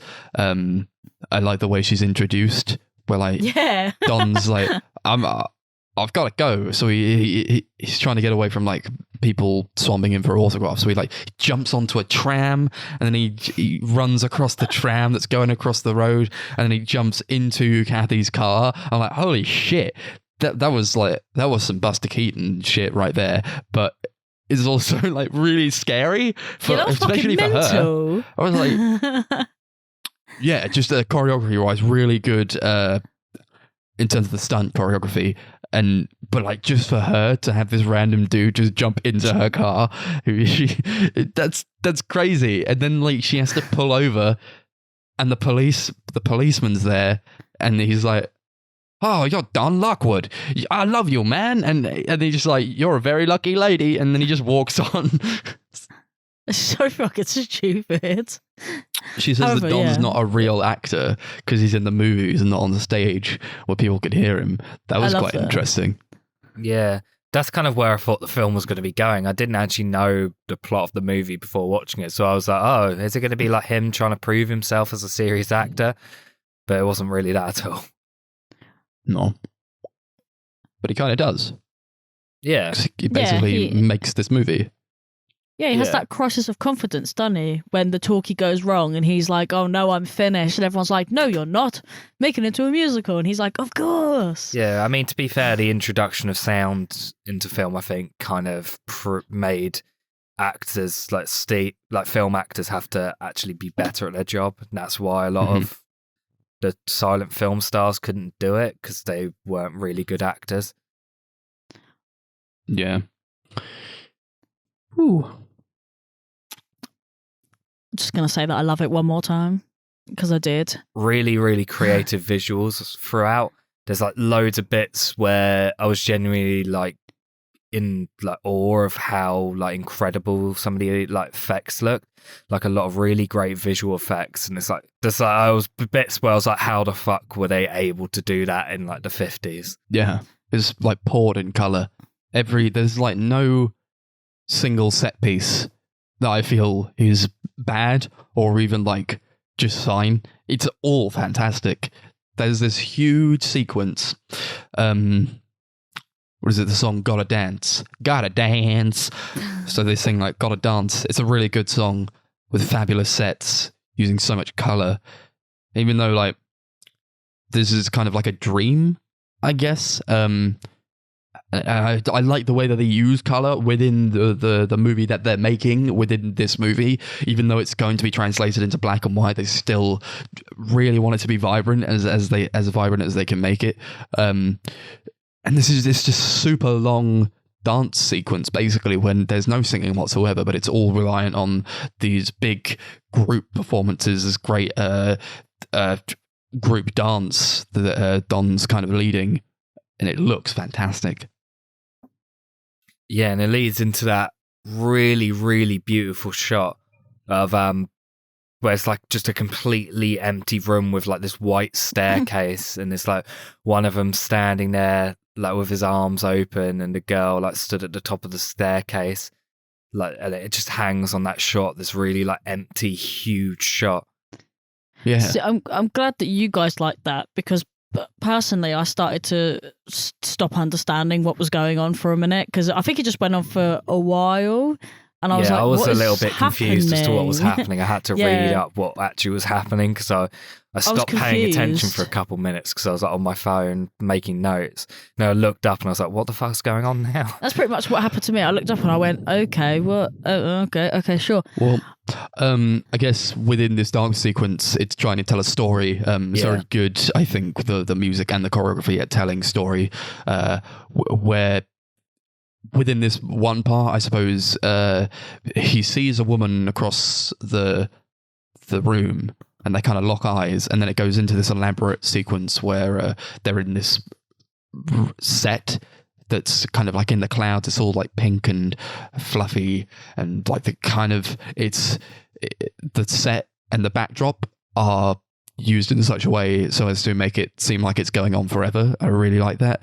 I think this sequence was used to portray like love at first sight. Like they see each other from across the room, and it's only those two in this one space together, and you're kind of watching them just dance, really. And through the dance, you communicate what they're feeling. Yeah, definitely. Do we have anything else to add to the movie? Yeah, probably. I'm having one of those like brain fart kind of moments where I feel like I've said everything, but then we'll get to rating it and I'll go, it's like this thing. It's the kind of movie where like you want to talk about all the songs and all the set pieces, but there's just so much to you'll be there go forever, into. I don't want to talk about like everything that the movie does. I feel like you should just probably watch it. You should watch it. I like how kind of Kathy gets her credit pulled because Lena threatens to sue, and then Lena becomes this like Bond villain. She's like, oh, I'm the star of the show. You're not kicking me out. This is going to be the Lena Productions now. Haha. Like, wow. It's a really good performance, but it's also like, it's so hammy. It's just really cranking that dial up to 11. But I think within the context of the movie, it works, Yeah, I feel like if you did that in any other film, it might not have worked. Yeah. But it's just because it's her. She's her. Yeah, she's this woman who like people are trying to aspire to be, like all the women want to be her. They see her on the silent movies. There's like a line where like a woman's watching the movie with her friend. She's like, she's so refined. I think I'll kill myself. That bit was fucking great. Although I do like how it ends. I think the ending's pretty funny. Yeah. Looking up trivia, apparently it was like a really, really horrible shoot. Apparently Gene Kelly was like this really huge perfectionist and would like literally like just tear people apart trying to get them to do the perfect role. Like Debbie Reynolds said that the making the movie and surviving childbirth were the two hardest things she'd ever done. And apparently Donald O'Connor, the what's his name, Cosmo, that make him laugh scene ended him up in the hospital for a week because he what a surprise. He suffered from like painful carpet burns and exhaustion, and like he had to do the scene again after that because they accidentally destroyed the original footage. There was like an accident that destroyed it all. Raw. That makes me respect him so much It was more. like so physically taxing. Especially, it was mostly caused by the fact he apparently was a heavy smoker and like running up the wall, like doing a somersault and all this stuff. To be honest though, if you couldn't tell that Gene Kelly was some sort of perfectionist madman, literally every time there's a close-up on his face, he looks so smooth. Yeah. So clean and It's so like smooth. caked in like makeup. Yeah. Yeah. I don't know, he just gave me that vibe. It's kind of what it's going for. Trying to be very a smooth kind of looking movie, very meticulous. Yeah. I guess, it's not really a surprise that he was such a perfectionist because this movie is technically, I think, very perfect in the way that it's shot, in the way that it's framed, the color usage and the dance choreography, like the blocking and the acting it's all working together to create something that's very just super fun and entertaining, while also being just really well made. I just admire it so much for that. I don't really. I guess when I think of like 50s movies or like older movies, I'm not really thinking about something like this in terms of like a general thing. But I guess this was like just one of a kind. I do feel like it's the best musical I've ever seen. I don't think it's been rivaled by really anything. I think, but mostly I feel what brings it to that is to that level is just this commentary on cinema as we know it today. It is kind of timeless in that sense. Yeah, definitely. Oof. Good to go to ratings then. Let's go to ratings. Sure. What are we rating out of? Rain. No. It's not even a plural word. Rains. Umbrellas. What else happened in the film? Tap dancing shoes. Do it out of I can't stand him. You have to say it just like that, though. You have to say it like that, yeah. Okay. He's like, how do I do this? How do I prepare? Just going to quit the podcast now so I don't have to do it. Okay. Yeah, really fantastic movie. I couldn't believe how well it holds up. Just really, really well made, fantastic acting, fantastic music. Everything about this movie is pretty much perfect. I'd love to watch it again because it was an absolute blast to watch. I'm going to give it 10. I can't stand him. Yes! Yeah. Yeah, it's just one of the best, probably the best musical, one of the best movies ever made. I really love it. I think it's like cinema as a vehicle for storytelling through the means of music. It's super smart, super well done, really very clever. I could tell why it's a classic, obviously. I'll also give it 10. I can't stand him. It's out of 10. It's gonna sound really bizarre, but I had this feeling that like I was watching it, and the whole time I was watching it, I was just thinking, when I go home for Christmas and I have to go see my grandparents, I might ask if they want to watch it so I have an excuse to watch it again because I really liked it. I just love this film. I was just in one of the moods afterwards where I just couldn't stop fucking humming stupid song. Like I say stupid, but it was like the best song ever written, probably. But yes, I enjoyed it very much. Favorite movie? 10. I can't stand him. 10. Yes.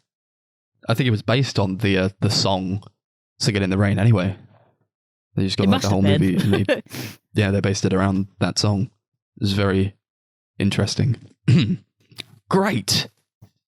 All right, boys. So then we watched my movie the day after because we've taken on quite a lot in our personal lives. So therefore we have to split up these marathons quite often. And we watched a film called Moonlight from 2016, directed by Barry Jenkins. What a name, first off. And it's a film about a young man split into 3 parts. So it's when he's young, and then when he's in his like adolescence, and then when he's an adult.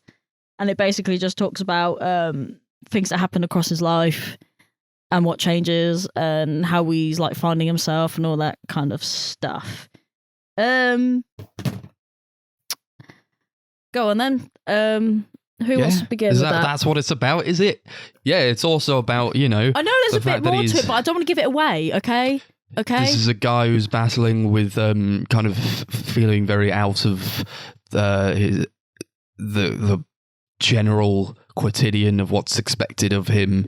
He's trying to navigate the world in a way where everyone's kind of the same. He's in this community where everyone's sort of just, they know what they're about. He kind of doesn't know what he's about. He's questioning his sexuality. He's very skinny kid. Like, everyone's calling him little. And he's also gay, and he's just in this community where this is not what's normal. So I guess he's trying to navigate a world wherein he feels like he doesn't really belong. And in this, I think he finds kind of solace in this family, this couple who kind of take him in. Is it Juan and whoever Janelle Monáe plays? Teresa, yeah, Juan and Teresa, and they're like, you don't have to figure everything out yourself. You don't have to do everything on your own. You just have to be who you are authentically, and that's going to help you to get through in life. This is a really good movie, really, really good. I was kind of skeptical about revisiting it again because I didn't know if I was going to like it as much as I did on the first time around. I kind of joked that I didn't want to watch the movie because it is quite sad. It's quite heavy. I didn't really want to go back to a movie that made me feel like this, especially like not when I'm just like not prepared for it. But I did end up kind of liking it a bit more this time around. I think it's probably something that I think it's like a really well revered movie. People really like this movie for a reason. Yeah. I told Darcy that she wasn't gonna like how it's a very long movie for something where like nothing happens really on the surface. But after watching it the second time, I kind of don't feel that way. But I understand why people would. I think I need to watch it again. I just I mean, in the film's defense, I did spend quite a lot of it reading up on some drama, some beef. So there were some parts of it Darcy where I wasn't kind really of got watching taken it. out of it. No, there was like a very integral scene where she wasn't paying attention and suddenly she looked up, and now it was like reacted to the fact that two characters were making out. Yeah, I will watch this again, but I think for the time being, I think I've seen it now, and that's what I wanted to do. That is the whole point of the podcast, was to watch films that we either wanted to watch or want each other to watch. Yeah. And I achieved it. I think this is a really, really fantastic movie. I think everything it tries to do in terms of telling a story that kind of, for me, it feels almost like about toxic masculinity and how that can be a very powerful and draining thing to be around when you're someone who doesn't really relate to that at all, when you're someone who doesn't really feel like a masculine person and doesn't really fit what is expected by those around him as what makes like a man or just a boy generally. And that sort of stuff I find very relatable, and it just hits me really hard. Yeah. I think, okay, we're going to go on like a bit of a tangent here, like a bit of an analogy. The other day at work, so like we do surveys, and one of them, someone answered like, what's your gender? And it said 100% man. I was like, I don't know if anyone's 100% man. Yeah. I guess that's kind of what this movie is going for as well. I guess stereotypically, what makes a man is, I suppose, having more masculine traits, maybe being tough, being strong, being outgoing and extroverted. Whereas I feel Chiron does not fit these traits. he's very introverted, he's very shy, he's not very outgoing at all. He doesn't really talk much, especially when he's a kid, and even more so into adulthood, where I feel as we see him get into adulthood and kind of what he makes of himself, perhaps he's trying to change who he is a lot. He's worked out, he's really beefy, he's he's working the streets, I think he's selling drugs. Yeah, he's like a very, pusher. So he's like the head of he's basically like a mob boss almost. Yeah, so this is very different to what perhaps you would think he would turn out to be when he was a child. But I think what the movie gets at is you can try to change yourself, but fundamentally nobody changes so much within themselves that they could become a completely different person. Yeah, there's I feel like, because the film's split into 3 acts, so there's 3 different times in this guy's life, and I feel like the third one kind of shows him how he's changed to become this this drug dealer, how he's a much more, he's kind of almost like everything that he was not previously. He's much stronger. He's kind of what you'd expect from a black man who's in his position. And as soon as he meets up with someone from his past, it's almost like he remembers who he actually is, and he kind of goes back to that exact person that he's kind of been running away from and kind of changed himself to not be. And he goes back to being this very shy and quiet and sexually confused person. I like that he goes back to Kevin, even after all those years. He gets a call from Kevin, who is someone that we learn he's the only person he's ever been sexually intimate with, or even just had I feel like that kind of connection with in his entire life. And he says, nobody else has touched me, it's only you. So it's quite and then Kevin just says yeah, you've not changed one bit. So it's yeah, you can't really change who you are fundamentally. I feel, who plays Chiron when he's older? Is it Trevant Rhodes? I hope I'm saying that right. Really fantastic performance from him. Where you feel, yeah, look at this guy. He's big, he's strong, he's got gold teeth now, and he's got chains, and he drives a big car. And as soon as he he interacts with his mother again, who's very abusive towards him when he was a child. She was very neglectful of him. She even stole from him. She stole money from him. It's a very hard relationship to watch. And then I think there's a lot of themes of forgiving people, I suppose, or trying to understand different perspectives. So he goes to his mother when he's older, and I guess she's working in this hospital type place. Maybe it's a rehab center. It doesn't really go into it. But this kind of tough guy demeanor kind of evaporates when he's with her. He's crying, and he gives her a hug. And I guess that's kind of forgiveness in a way, because she was very upset. She apologizes to him for how she was. And this is also, I think, mirrored in the way that he kind of lets his guard down when he's with Kevin as well. He becomes more of himself and who he was when he was a kid.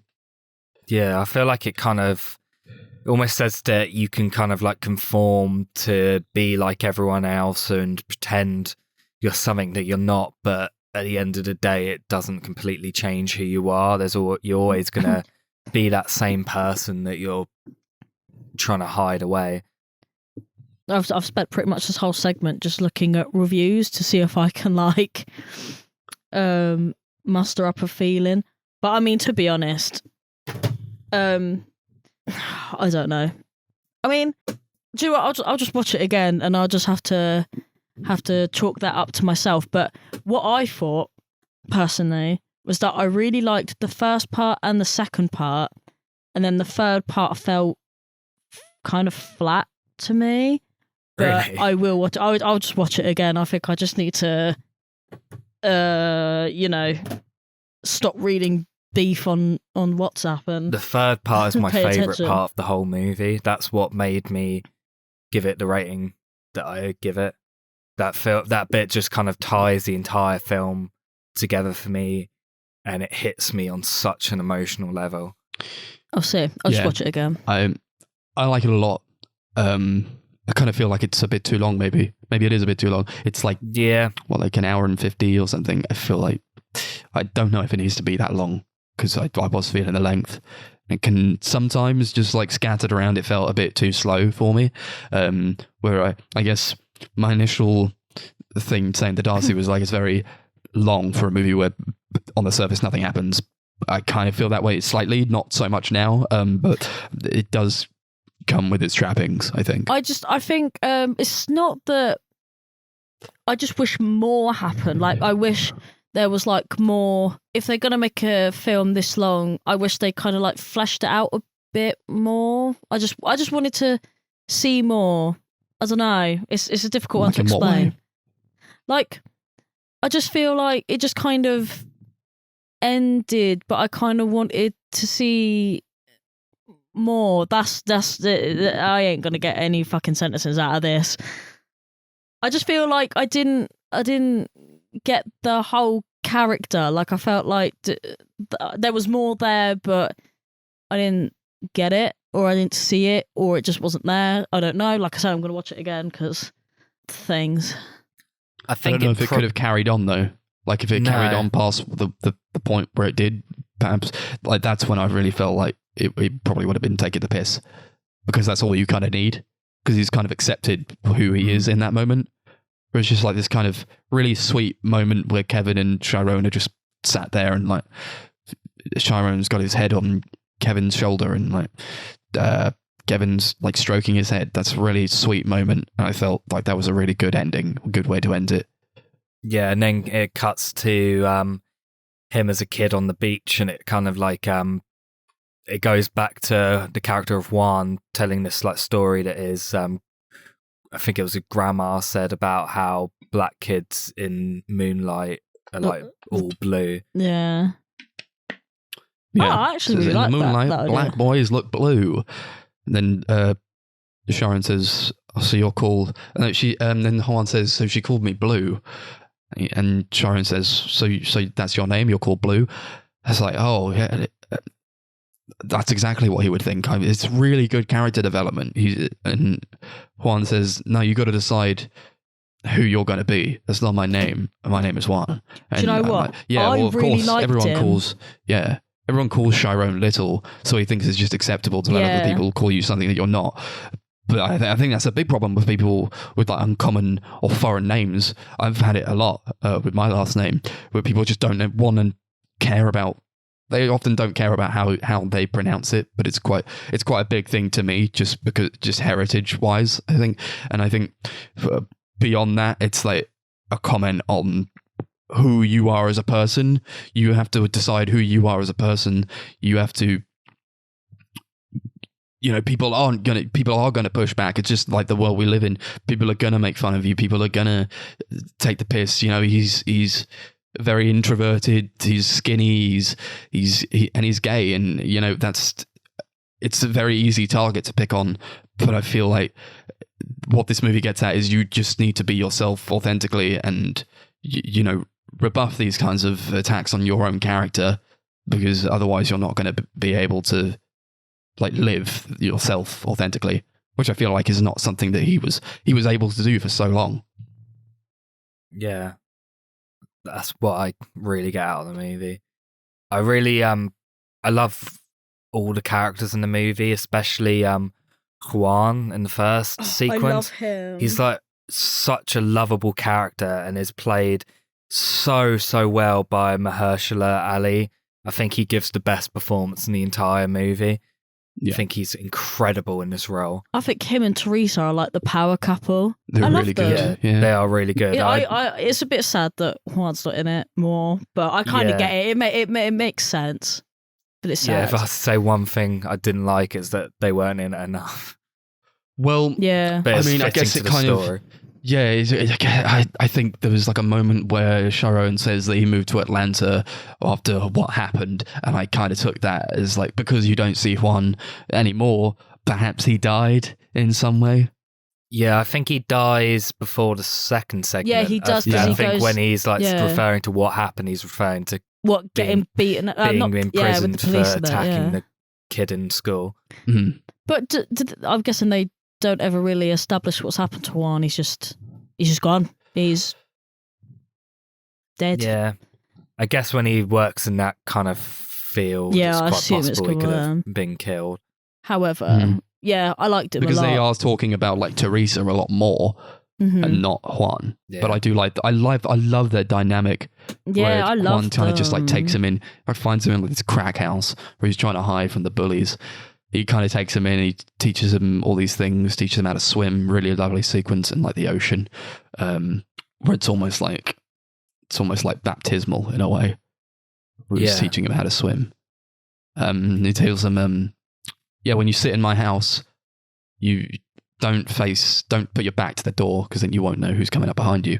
That was also kind of mirrored. I think that's something that he took with him through and really just like seeded within himself, and especially in his adult life, where he goes into this diner to meet Kevin, and he sits. It's very subtle because they don't really hone in on it really, but he sits he sits facing the door. Which I think is like a nice little addition. Yeah, I think Barry Jenkins is really great at doing things like that, like setting things up and then calling back to it later very subtly, where you wouldn't like probably notice it like the first time around. Mhm. Great scene where Chiron is at the table with Juan and Teresa. He's kind of, this is like after Juan's kind of faced up against Chiron's mother for like doing a load of drugs, like when she should have been taking care of her child. And then Chiron asks him, this is only when he's like a kid as well. It's very interesting to see him ask these kinds of things where he says, Chiron asks Juan if he sells drugs, and Juan says, yeah, and then he says that his mother does drugs too. So he kind of, without saying too much on the topic, he kind of connects these two dots, and then he just leaves. Chiron just That was leaves, really and then sad. He's just crying at the table. it holds on the shot of Mahershala Ali, and you just see the subtleties in his face and his performance. It's a really good performance where it just holds the shot, where he's like blinking back tears. Yeah, I really like the first segment, like a lot. Mm-hmm. Yeah, I don't know if I like have a favorite segment, but I guess just when you see more of Mahershala Ali, because I do agree it's probably the best performance in this, but I do think everybody else is also really good. Didn't he win an Oscar for his performance in this? I'm pretty Who? sure he did. Oh, Mahershala Ali, the guy who played Juan. Oh, It won Best Picture. Yeah, I know it won I Best think Picture. it got nominated. I don't know if it won though. It won MTV Movie Award for Best Kiss. Did it actually? Shut up. Yeah. I love MTV. MTV are off the fucking Academy wall. Award for Best Supporting Actor, so I guess Oh, yeah, maybe. yes. I think that was what he got. Oh, it was Let's just so see. like he was so wholesome in a way Yeah. that he wasn't meant to be wholesome, I guess. Yeah. It's a really great character. Oh, I wish he also was in it more. liked- I do. Who's the guy who plays Kevin at the Which Kevin? At the end? Oh, Yeah, I mean at the end I'm talking more Andre Holland. Really good performance from him. He was in Yeah. I don't know if you guys saw The Eddie. It was Damien Chazelle's No. kind of jazz show that he did for Netflix. It's not like the best show in the world, honestly. I kind of fell off, Yeah, but he that's was really why I've good not in it. watched it. Yeah, he was a really powerful performance in that, and I think in this, he was just really powerful. I think a really good performance where, like, I guess they've kind of swapped character, like, I don't know attributes, but like when he was a kid, Chiron was very skinny, and Kevin was kind of a bit fitter, I suppose, or like he wasn't as skinny as Chiron. And they get older, Chiron's this huge buff guy, and obviously played by Andre Holland. Kevin's just a bit more skinnier, I guess, but he feels, I think he's got his life sorted out a bit more, where he's had like a kid and a marriage. He's divorced now, but like he knows what he's doing, you know. Whereas I don't feel like Chiron does. No, definitely. I love the score throughout. I think it's really beautiful and atmospheric. Like most of it's just like ambient synths and like pianos and stuff, but I think it's just very great at like setting the mood and the tone of the movie. Yeah. It's really, a lot of great musical pieces. I think there's a lot. Really like whenever they use like orchestral pieces. It really sets the mood very well. I don't know if I have like so much more to say about it. Really, a couple of technical aspects. I think I like the how. I mean, immediately it starts and you know what you're in for because the camera's just going crazy, circling around these guys having an argument. I think it kind of sets itself apart from other movies where not only does it like fade out the background, it kind of blurs it. So it's not just out of focus, but like the backgrounds are often very blurred. It gives it a very unique look. Even like at the end, I kind of saw more like when they were trying to focus on like close-ups of faces, they would blur like below the neckline as well. So a very interesting way of doing it, but I think it does set it apart from other movies. Yeah. Something else I really loved in the movie that I wanted to bring up was the character of Paula, Sharon's mother, like how she's like deteriorates from how she's like very drug dependent. It's like really disturbing to watch. Like, there's a great scene where she's like she locks herself out and asks him to let her in and then starts like demanding him to give her money because she obviously needs more drug money. It's a really horrible scene. And then later on they try and give her like this redemption arc where she's like in this rehab clinic and she's doing good and she's saying that she really loves him and she's like basically apologizing. And that's another like callback to when Juan like talks about his mother who's like, oh, I always hated her but I miss her like hell now. It's kind of like calling back to that, and I think that's a really great callback as well. Just that whole character, I think, is just really interesting and just a great, like, bad person, really. Yeah. She's a great actor, Naomi Harris. Yeah. Really like her. She's great in Venom. Let there be carnage. Yeah, should we go on to ratings? Are you good to go to ratings, Darcy? Yep. She don't go. No, she's busy texting. She's given up on the podcast. No, I'm talking to a student, so I'm just writing out a really lengthy message, but carry on. Oh, great. I'm with you in spirit. Good to know. Good to know you're with us. Hey, I'm balancing both jobs, all right? Go ahead. What are we doing out of, Darcy? Sure movie you choose. Oh, wow. I'm doing the Chris now. I'm like going back in my head like, what should I do? Let's do it out of Juan's. Juan's. Okay. I would have said hand jobs, but Juan's is fine. I think we've done hand jobs before.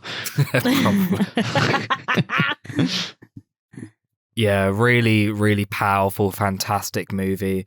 It just hits me really emotionally. I wasn't expecting it to resonate with me as deeply as it did this time around, but there's like a bit towards the end where I was like doing everything in my power not to burst into tears because it like was really like hitting me. I think Barry Jenkins is a really great director and this is easily my favourite film he's done, but If Beale Street Could Talk's another really great one as well. If you guys haven't watched it, I'd recommend that.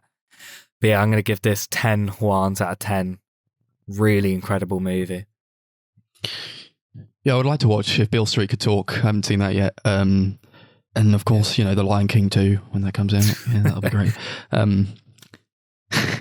This is great. This is a really good movie. Perhaps not one that I would watch again for like a very long time because it is quite sad, you know. Does hit you. But I think all the acting's fantastic. The direction is really unique. Something that we don't see a lot of these days. Obviously, you only see it from like the really good guys or the really good directors, I think. And Barry Jenkins, I mean, I think this is the only movie I've seen from him, but I would be interested in checking out more of what he's done. Yeah, and I guess it's just it's at times it can be a bit slow, but that's basically my only criticisms that I have against it. I think I'll probably give it an 8. Juans out of 10. Give it an 8. Cool. I'm not going to comment too much because I am just going to watch it again, which basically just makes my opinion on the podcast null and void. But for the first time round, I'm just going to give it 7 Juans out of 10. Amazing. My first perfect week. It is. Will that ever be me? Probably not. No, we'll see. Wonderful. That's that. That's that. Okay. We've got next episode to do. We're going to watch season 1 of The Fall. That's available on the BBC. I think it's on Netflix as well in the UK. So yeah, watch season 1 of that. I think it's 5 episodes long. Not super large commitment. So we'll see what that's like. In the meantime, we got social media accounts. We got the YouTube, the Sunday Movie Marathon, Twitter at Sunday Movie Pod, Facebook at Sunday Movie Marathon, Letterboxd at Sunday MM, capital S, capital MM. Go follow those. Why not? Thank you for listening. This has been 54 episode. We've done This has been heavy. Has been heavy. What a week. Yeah. What a week. Great. See you next time. Scooby-Doo.